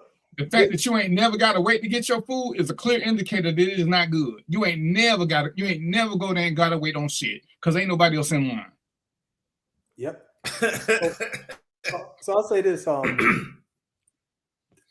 people like to use that when there's not really provable facts, right? So if I say, for example, if I said, Mark, I'm gonna shoot you with this gun in the heart 5 times. And I'm gonna say, DVP, you're guaranteed to die. DVP can't say agree to disagree, because it's gonna happen, right? Mm-hmm. So that's something I could prove, right? But these other facts where people, I don't know, debatable facts where people like to use that because it's not facts. My bad. DVP used the right word. It's opinions, right? These are these opinions, and when it's opinions, yeah, you can agree to disagree on an opinion, because guess what? Me and you got different opinions. Because if I say that girl look fly, DVP say, nah, she mugly, bro. That could be true for him. You know what I mean? I can't. How do we do it with facts? See, the fact is that 47 is the president of the United States. Like it or not, that's not debatable. Not at all. For you to say he ain't my president, see, there's not supposed to. Only thing we can agree to disagree on is how stupid you are. Because if you're a United States citizen, then he's your president. There's no getting around that. I didn't vote for him. Well, that's not how it works, stupid. So we can agree to disagree that one of us is extremely stupid, but we can't agree to disagree on who the president is. Right. So it's like, I agree. When you say this, just say that your emotional argument lacks any substance. But we're not, because I'm not finna co-sign on us agreeing to disagree, because there's nothing for us to disagree on. I gave you a fact. You didn't like my fact. You want to say, we'll agree to disagree. There's nothing. There's nothing to agree or disagree on with facts. There's nothing. No, nothing. They're using it out of context. Because they use it because they punked. You know, we can't. There's not. The Patriots won the Super Bowl against the Pigeons. Oh, we'll agree to disagree. They ain't lose. The Pigeons lost the game. The Patriots didn't win. The fuck are you really? They gave it to them. Okay, so even when they gave it to them, what happened at the end of the day? The trophy goes to the winner. It doesn't go to the non-loser. At the end, it says the winner is. There's nothing that says the non-loser. It says the winner is. These are. Yeah. You know, and I'm like, that's such a. And I don't mean to be disrespectful, but that's such a bitch statement. No, listen, you need to be disrespectful on that, because what that does, that just causes confusion.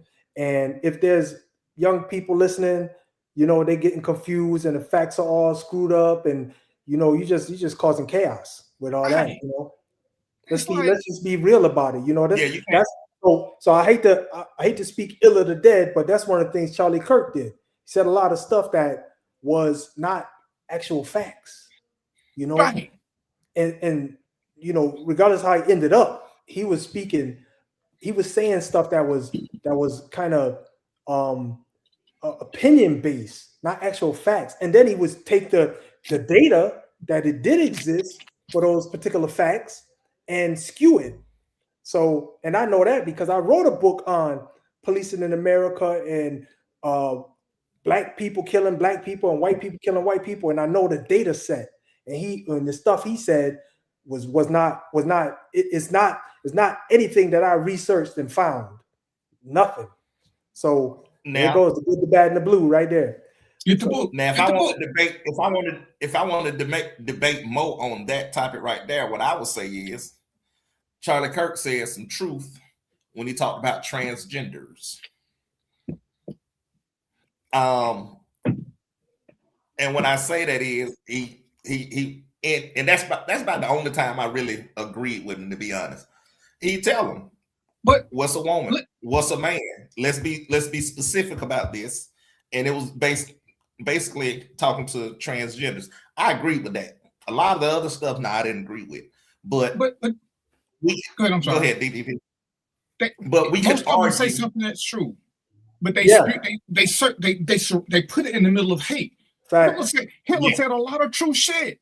And if we're being honest, if you look at it for what it's worth, some of the shit Hitler said and some of the shit Malcolm and Martin were saying were the exact same things. It was about improving their race, except Hitler wanted to kill other races. But Hitler thought his race was the best. Ain't that what Malcolm and Martin kept trying to get us to see? There was no difference other than how the what they put around it.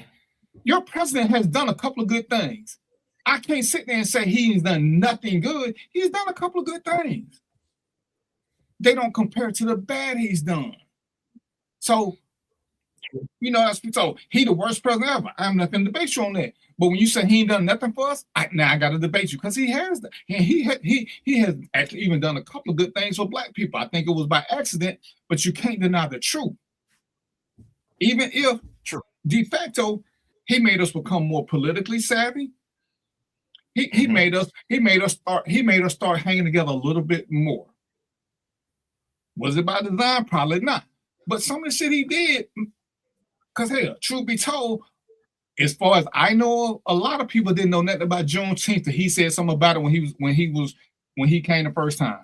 Because it wasn't a bunch of Juneteenth celebrations that I knew about. When he said something about it, everybody started talking about it. Now people say, "Oh, I knew about it before." Okay, well, what was you doing for it?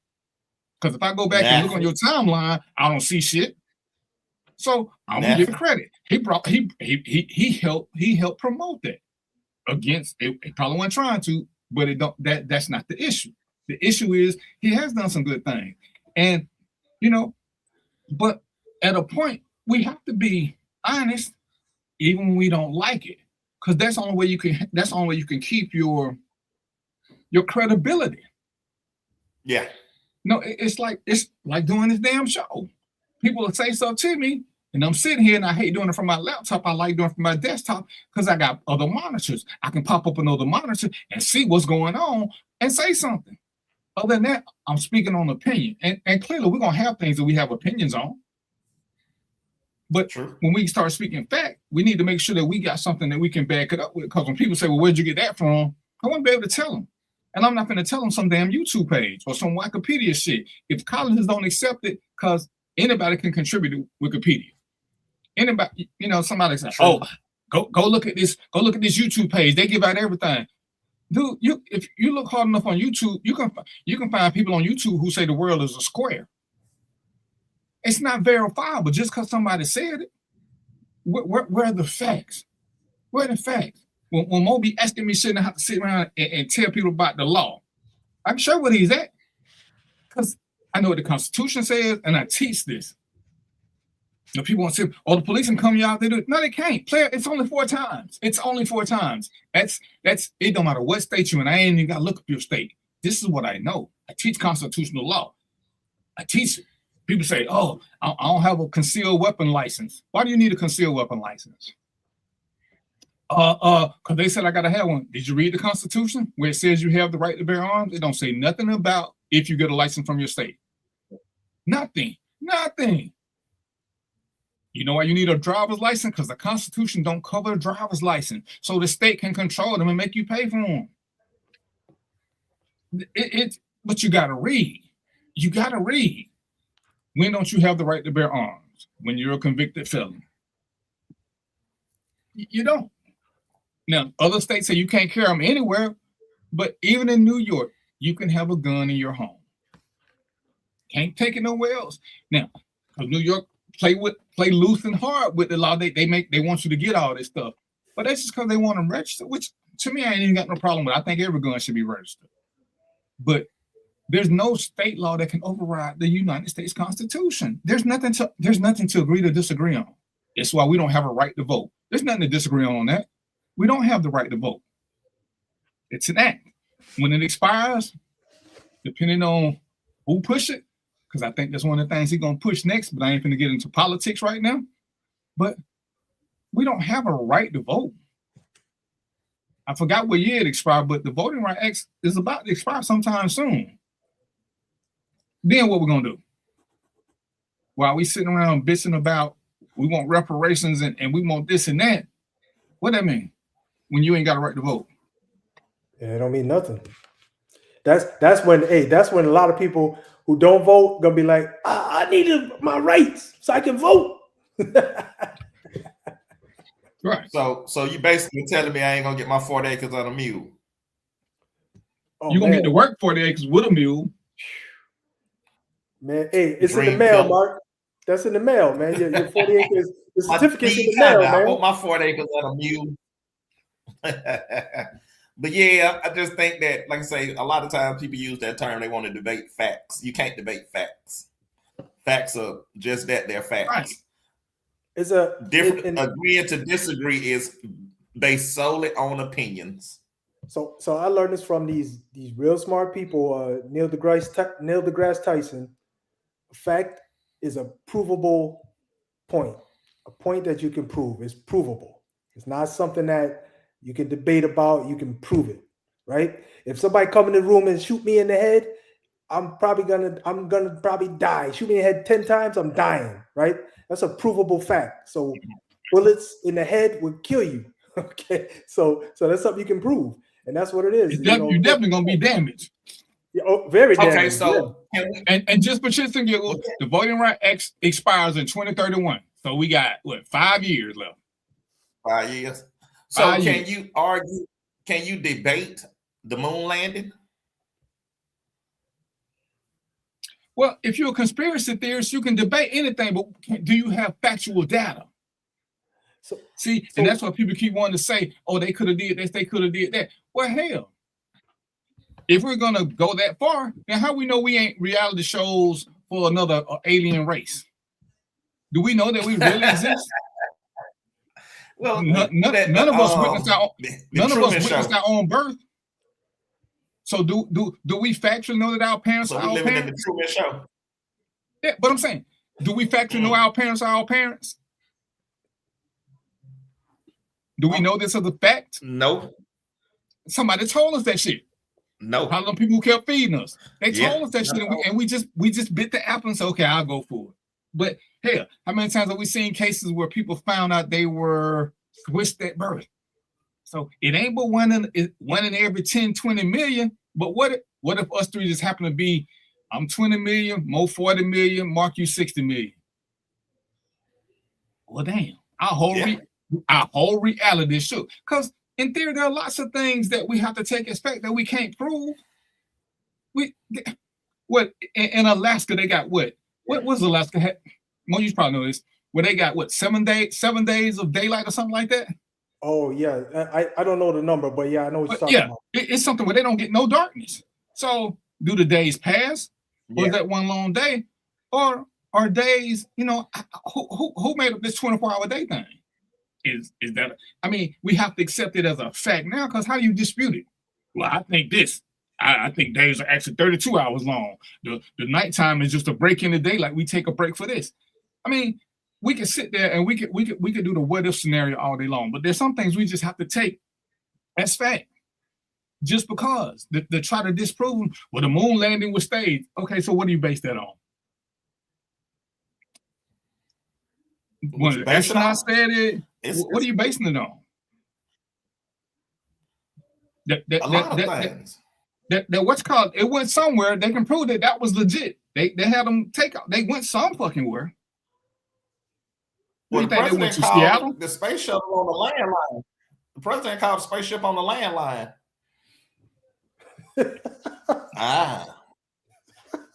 Hey, y'all got up there yet? Yeah, we here.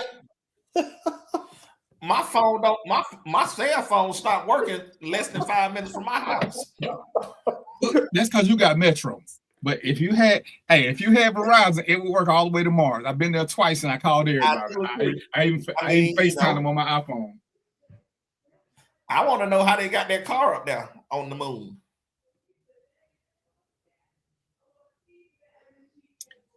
The car that's in the pictures. But so did they put it on the hitch? They trailing it up there? No, they put it together. But I'm sure y'all seen these debates about is the world flat or is it round? Oh yeah, heard those. I know how to prove that one because I watched Neil deGrasse Tyson. He told me how to prove it. How you prove it? This is how you prove it. You got to find a tall building. All right. Let's say I'm making it up. This is what he said to do, and it makes sense to me. He said, so if the earth was flat, right? Check this out. If you find a tall building with let's say 50 stories, if the earth was flat, no matter what story you were on, the sun would disappear at the same time. So what he said to do was, if you stand on the first floor, you put people on the first floor and every 10 floors, and you tell them to signal you when they can't see the sun anymore. And what'll happen is from the bottom up, they'll start signaling you until they get to the top. That's how you know the earth is round. Otherwise, if the earth was flat, the sun would disappear at the same time. Everybody would put their hand up at the same time. That's what the man said. Do it makes sense to me. I don't know if that makes sense. That's an angular thing. That ain't a circular thing. Yeah, the sun is out of space. The sun is out of space, right? Yep. But we got daylight on Earth, but ain't no light in outer space.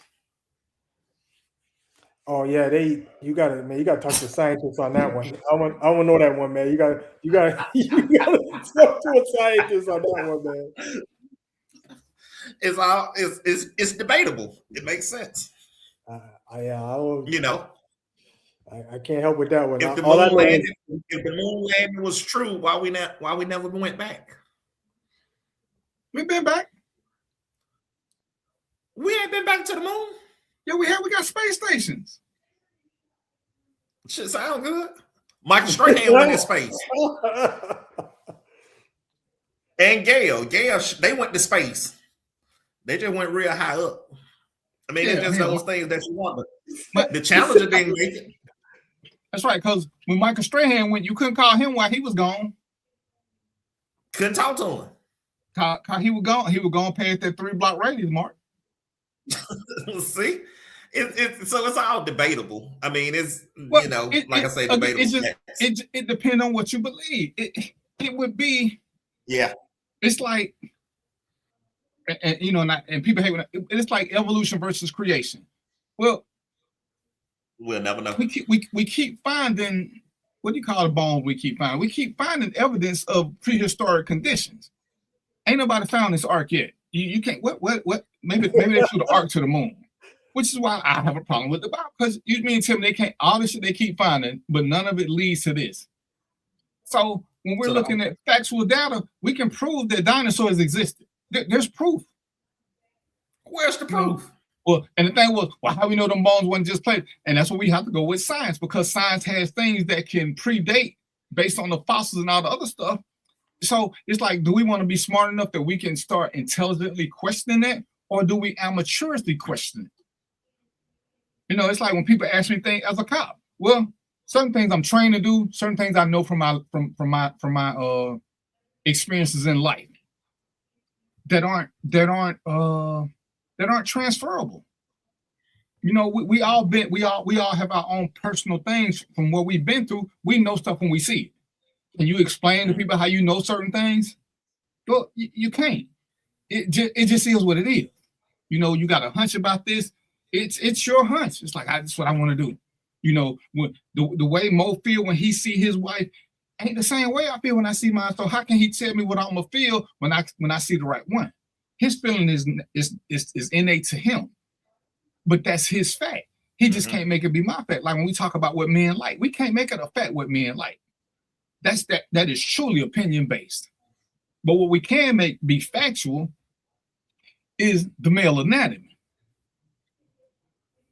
Men have these things. This is scientifically a fact. And we were talking about with the whole trans thing.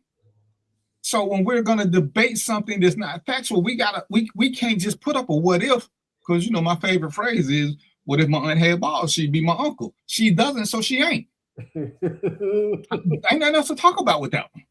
So when people say, oh, I don't believe that, and that's fine. You ain't got to believe a lot of shit. You ain't got to believe today is Wednesday. But what do you have to argue against it? Because if you're going to challenge it, you got to bring, like when people say something to me and I post the article, well, your article, it's biased. Okay, it may be biased, but is it wrong? Is it wrong? If it ain't wrong, bias don't count. I usually look to see if it's a reliable source, and then I can go from there. I say I watch different news sources. I listen to what they say, then I fact check them because we all have biases. We all have them. You know, like I say, Rachel Maddow, who is actually one of my favorite people, she clearly doesn't like Trump. But when she starts presenting her data, what is there to argue about other than the fact she don't like Trump? Does that make any of her data less accurate? When they was going in on and then when I look at the CNN, even MSNBC, they said bad stuff about Obama. So they aren't as biased as you think. Because I watch Fox, they ain't got nothing good to say about no Democrat, and they will lie to you about every Republican. There is no medium. When you watch Dale, and a couple other them fact checkers, they do the same thing to everybody. They tell you what was said, and it's so cool because they won't call them a lot. They're like, this is misleading. This is misleading. They won't call them a lot. This is misleading. So are these people, or are you just mad because they won't say what you want to say? But they give you the comparative data. They're giving you the comparative data. When Mo started talking about, when we was doing the thing about Target, Mo gave you the comparative data. What the stock was then, how it dropped down, how it went back up. And then what Mo did to prove it had nothing to do with the pastor, he showed yearly data. Well, this is a trend. This is what it normally does. So the pastor had very little to do with it. It's just the way a lot of stocks trend. They're gonna have moments like this, they're gonna have moments like that. Well, damn. So what a smart person would do is call for a strike when he knows that the system says that the market is gonna go down. So he can't, like he had something to do with it. When it's clear he didn't. Mo just proved that to us. All I gotta do is know when the stock's supposed to go down. And on what around the end of October, even the middle of October, because I'm gonna be that dude. I'm gonna start telling people how they should support Walmart and all these other places. Because I know they finna start shopping for the holidays. But I'm gonna say, see, they did it because of me. But the historical data says they're gonna do it anyway because people start buying shit right before the holidays. But I want to get credit for it. See what they doing? Yeah. And somebody ain't gonna do what Mo did. They ain't gonna look at the historical data. They're gonna be like, oh yeah, DVP said we should start shopping at Walmart and all these other places, and they ain't gonna do it. Not remember, you know you did this shit last year and the year before and the year before. You do this shit every year. Right. You do this shit every year. Yeah, November. Oh, it's normal. Right. You forgot. You forgot. See, like I just had to tell somebody when they was talking about all the stuff, the money we losing. I said, oh, you forgot when Doge came. Remember, Doge was supposed to be saving the country like $300 trillion. You forgot that. See, that was what your president told you. So now you saying he bought all this.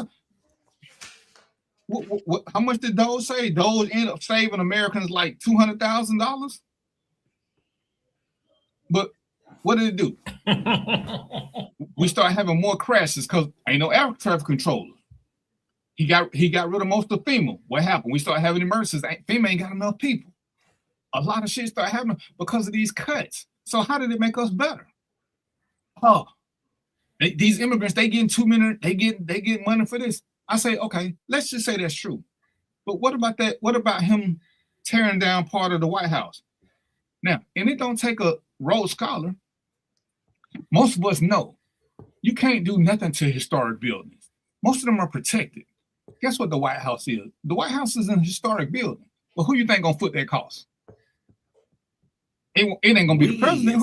Who you think gonna foot the cost of this new building? Who you think footing the cost of this $50 million he put in the ice? Who you think footing the cost of these tariffs? So when you talking about what immigrants taking, and I hear you,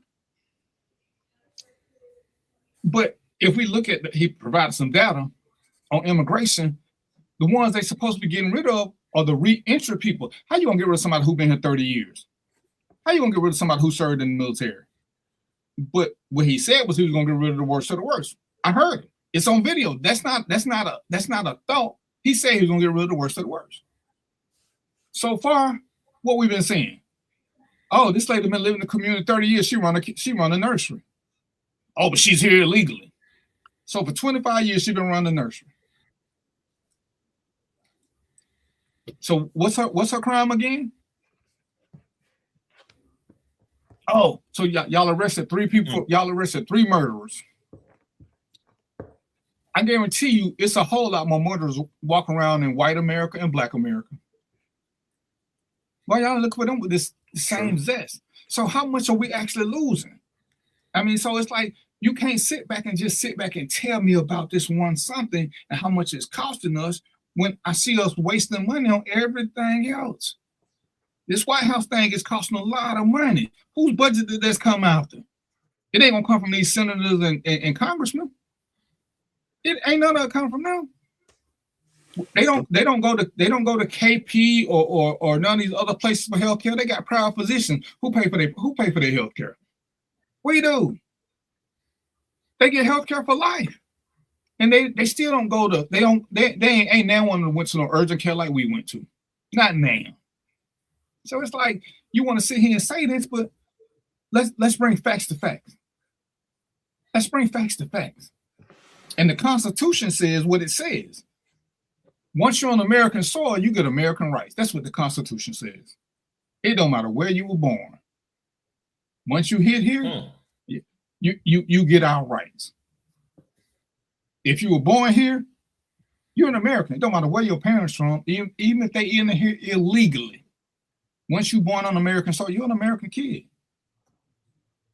Oh, well, we're going to let the kids stay, but we're going to get rid of the parents. Really? Really? No. So you just contributed to the welfare thing. The government contributed that when you send them back. But what was the system before that? I think Reagan came up with it. You can't spend but X amount of years on welfare, then you got to get out. Because I believe, yeah, give everybody a helping hand one time. But you can't just keep having babies and stay on the system. But then if we're going to do that, they done did specials. Who are the welfare kings and queens? The white people. But y'all let them stay on it. So it's like we sit there and we want to argue about them. And I ask somebody, the last time you lost a job, who was it to? Was it to an immigrant? Probably wasn't. And we want some work done around our house. Truth be told, who we looking for? Because we know people that look like us don't want to work hard. We know that they don't want to work hard. But if you go to Home Depot on a good day, you can find you 4 or 5 immigrants. You can have you a nice house built in 3 weeks because they working hard to get your shit done. It's going to pass code. If you get a contract, it's going to take him 7 months. So what? It ain't like that no more, DVP. Right, because they all scared. They all scared. But Mo, if you Mark, you know, if you get a contract, you know he gonna go over budget, he gonna go too long, and it's gonna be some shit ain't done right. No, I'm gonna tell you what it is now. See, so the good workers, they on somebody they already picked up working consistently. It's the ones up there that ain't the good, they ain't the best because ain't nobody swap them off their feet. It's something wrong with them. That's why they that every day or when you see them. The good ones, if you get you a good one, you don't turn them loose. Mark, Mo, why do we say get 3 estimates? Yeah, get 3 estimates, but don't get that one. Why do we say do that? Your steps gonna have a slope on them. Because we know some shitty people out there, and a lot of them look Americanish. A lot of them look Americanish. And they always got an excuse. See, that's the truth, though. Yeah, I had a patio built. Now the lead guy was a black guy. He was somebody who I knew. But all his workers didn't speak English. When they took a break, they sat in my driveway, ate their sandwiches with their microwave. Brought their own microwave, and they kept working. They ain't take no 2-hour lunches. Now, had I hired an all-American crew, they would have packed up all their shit at 11 o'clock, came back around 1:30, and just kept doing what they were doing. Asking me, hey, you got an extension cords, you got a microwave we can use. Them dudes didn't even, when I looked up one on leaving, I said, where he going? Oh, he gotta go to the restroom. Y'all know I got a restroom. Oh, we don't go inside. Oh, shit. Oh. They had that pen in the chicken coop. But guess what? One leave at a time to go to the restroom. You ain't gonna never see all 4 of them leaving. One leave and the other ones pick up the slack. So you if I hadn't seen him leave, I wouldn't even know he was gone. So, but we get the estimates, and the reason we want referrals, not because of the cost. We want to hear that they did a good job. We don't want to hear how much it cost for.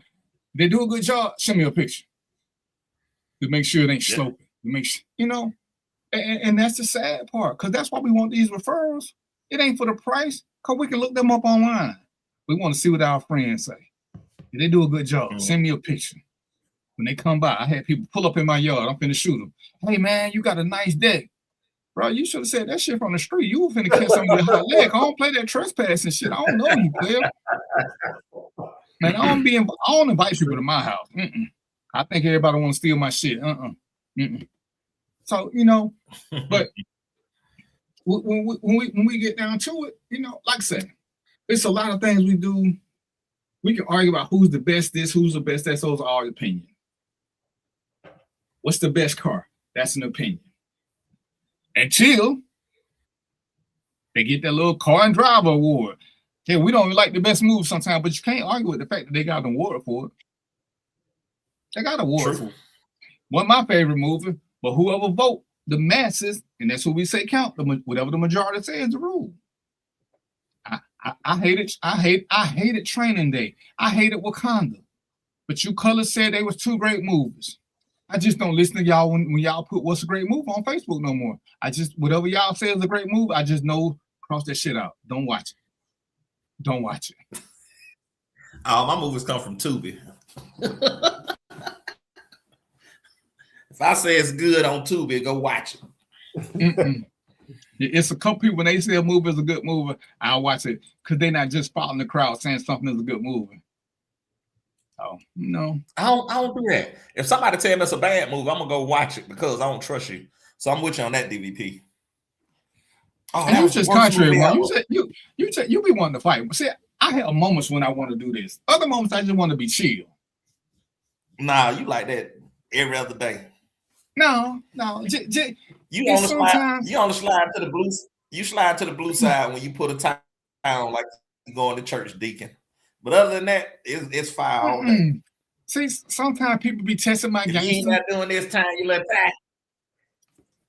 Hey man, I just be wanting to get. Sometimes I be wanting just to get along. I be wanting to fall in line with everybody else. See, that's why I got y'all here to keep me from jumping off the deep end.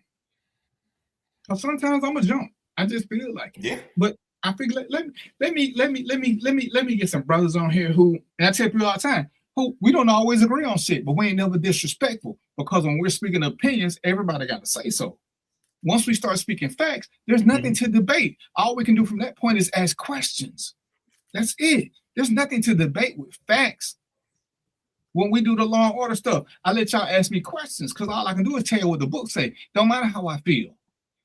Don't matter. The law says this. The law says this. Technically, I'm the expert, so y'all can ask me questions. I didn't write the law. I'm just telling you what it say. Man, that shit crazy. I totally agree. It's still against the law, or it's still legal. Oh, man, I didn't know that. I don't have to let the police in. Nope. They told me. Of course they told you. Ask them to show it to you. I can show it to you. You can pull up the Constitution. You ain't got to do it. Oh, they don't do this to white people. You know why they don't do it to white people? Because white people know they're right. You know, they got this thing that's like, oh, yeah, when the police pull you over, hold this shit up, tell them you refuse to say this. What you think? You can fuck around and find yourself in jail. When he pull you over in that traffic stop, pull that thing up saying you ain't got nothing to say and you want your lawyer. You better give him your license or you're going to jail. You're going to jail for not talking. You know, what is it he want? You know, it's cool. Oh, cops are always looking for. Yeah, most of y'all don't talk to cops when they go to jail. So what are they always looking for? What are they looking for? Most of y'all, a lot of y'all done had cops walk up on you while you were smoking weed. And what's the first thing he said? Put it out. Most time they ain't got time for that shit. They looking for something else. It's when you become an asshole and start telling what you ain't gonna do when you already wrong. So you smoking weed, you doing some shit. I just want to ask you a couple of questions and you tell me to go to hell. Well, who gonna win that fight? Because did I really lock you up for smoking weed or did I lock you up for being stupid? I locked you up for being stupid. You just gave me a reason because you're smoking weed. Put the weed out, see what I want. They let me go on my way. And people don't get that. He could have. No, you could have. Because you know you can't afford no attorney. So just go along with the shit. Especially if you ain't did nothing. You ain't did shit. So why we sitting here debating this? I'm debating with some idiot, a black activist, because I hate them, who wanted to argue me about the last slave ship, which was in Alabama. No, it wasn't. Dude, you can look this shit up. I ain't got to make this shit up. What are we talking? The last slave ship? Dude. Okay. Do your thing. You know, I'm just like, dude, most of this shit is there. It's there. In 2019, they found it at the bottom of the Mobile River. 2019. Let's see, when was that? That's a few years ago. They didn't have no slaves in Alabama. Dude, I ain't saying they did or didn't. I'm just saying that's where they found the last slave ship. Now you figure out how the ship got there. I ain't never heard of it. Okay. So, you know, agree to disagree, not happening.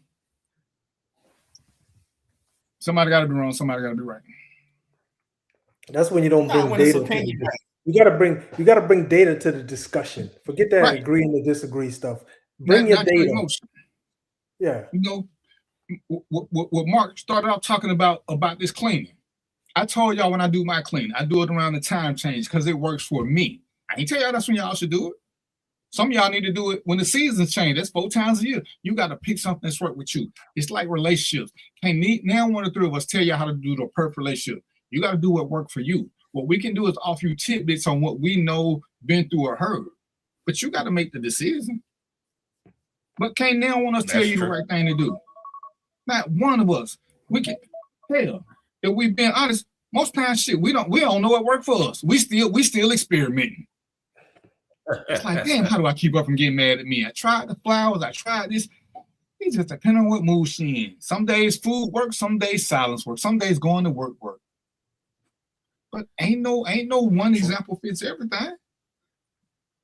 So even like I said, when we do this, and I picked you gentlemen for a reason, because y'all ain't just gonna go along with me to get along with me.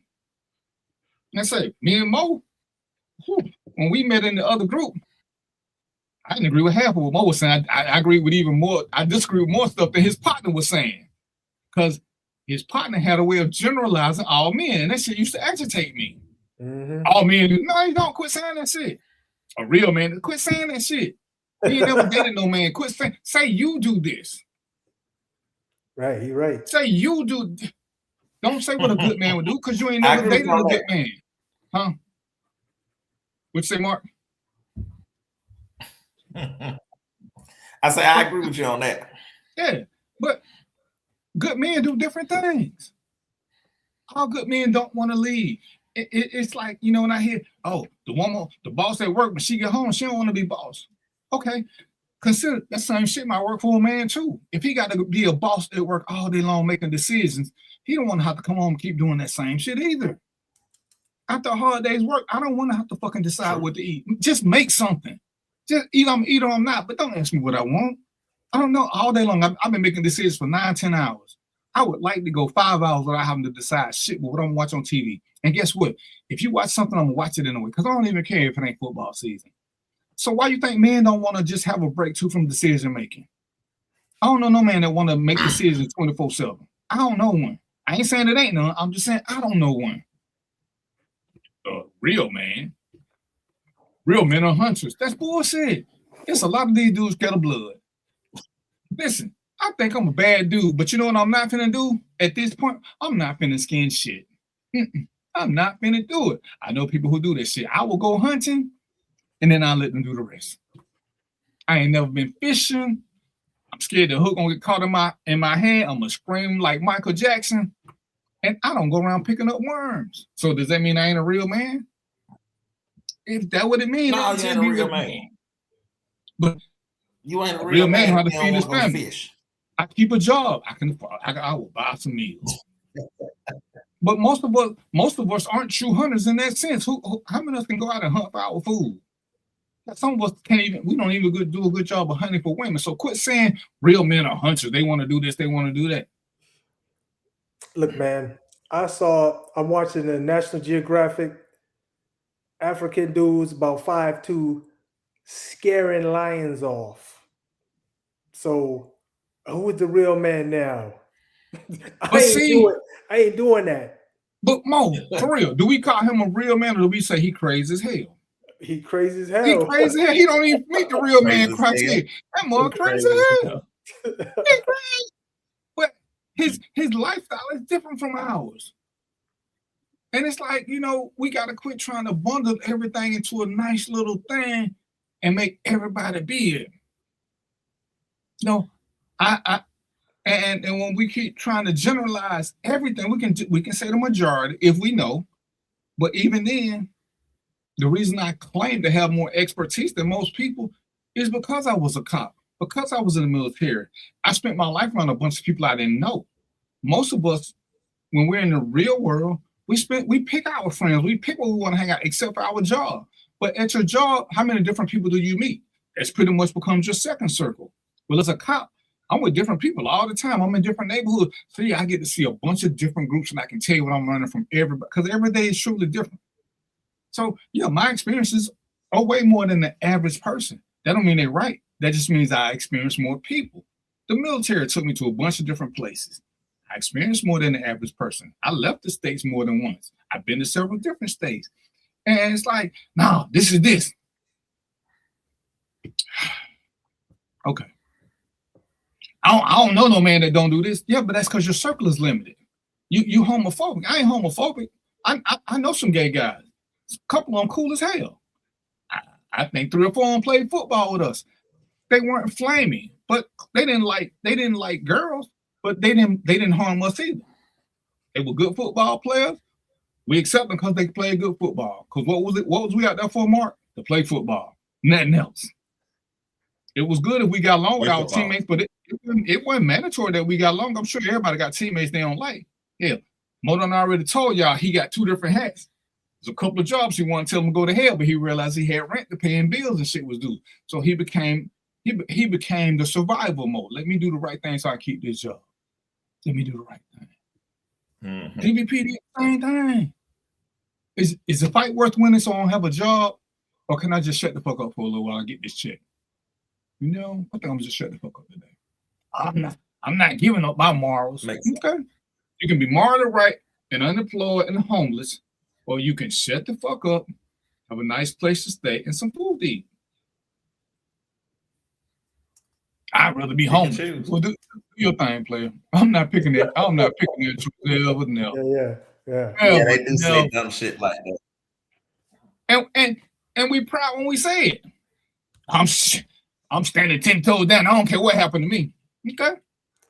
As soon as your ass land in jail, you be like, oh man, I don't want to. You said you don't care what you said. You didn't care what happened. Oh, now you don't mean it. Okay. Well, we're gonna agree to disagree. That's when they come in. We're gonna. This is what you said. I ain't mean it. It what I heard. It would have heard. Oh shit! I'm making a mess. All right. Well, I ain't like this because ain't nothing going on nowhere. Because I guess they could have commented on your page, Mark, but ain't nothing going out. So, hell, anybody who have been looking for it on Random Thoughts wouldn't have seen it. Let's see, somebody just popped up. But shit, because I don't ever tell people to go to my JBN. Oh, so Joe saw it somewhere. I don't know how. He got the link though.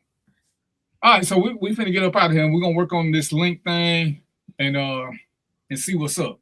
I appreciate you fellas as always. I'm gonna go have me some real drinks and try to calm down, so I ain't on Facebook cussing. What you finna go drink?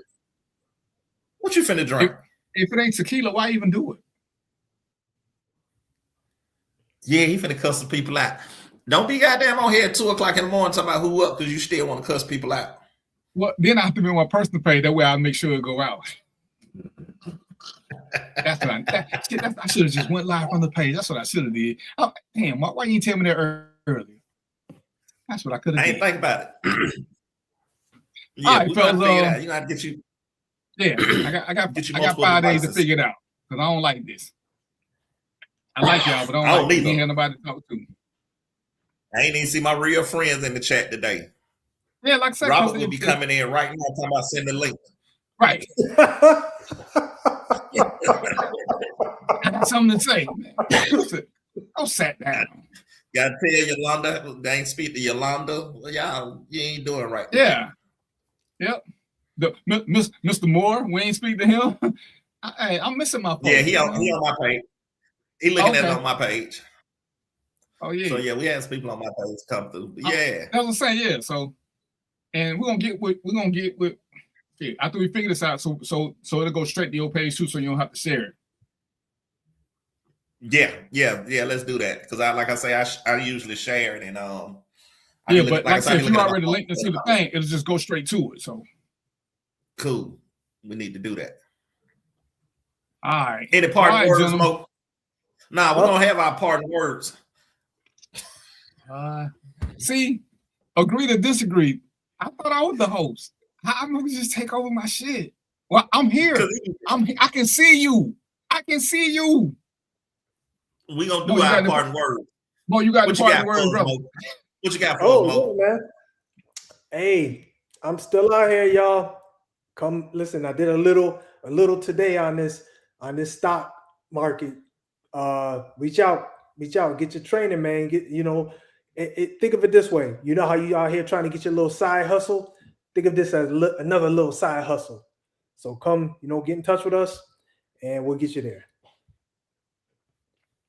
I'm with you, Mo. I'm getting a little small group of family to come in so you can give it all at one time. But yes, I'll definitely be getting with you on that real soon. My parting words, man, like I said, get your house ready for the spring and the summer and make sure everything is good. Preparation so you don't have these big expenses at a bad time. So just make sure you spring prep your house. And since you helped do this, it's on you, host. Next show, since you want to be the host. Next show we want to talk about so people could quit tripping when these snowstorms or ice storms hit, the things that they need to have in abundance, a supply of just in case the power go out or something like that. It's gonna be one of the things we're gonna talk about, Mark. So I'm gonna put that one on your plate. As a matter of fact, because Mo, you in the heat, right? Oh yeah. And I guess what y'all need in the heat would almost be a little bit different. So think of some of the things that we need to tell people they need to have a ready reserve of, even if they rotate it every 3 to 4 months. But some things you shouldn't have to run to the store for just because there's a weather alert all of a sudden, like you living from day to day. Yeah. So like I said, I'm gonna figure this out with Roy, and then we'll be back next week. You finished with your thought, Mark?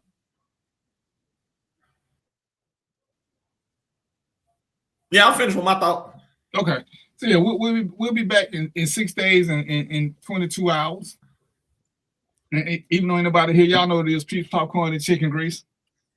Yeah, we still out. Wow.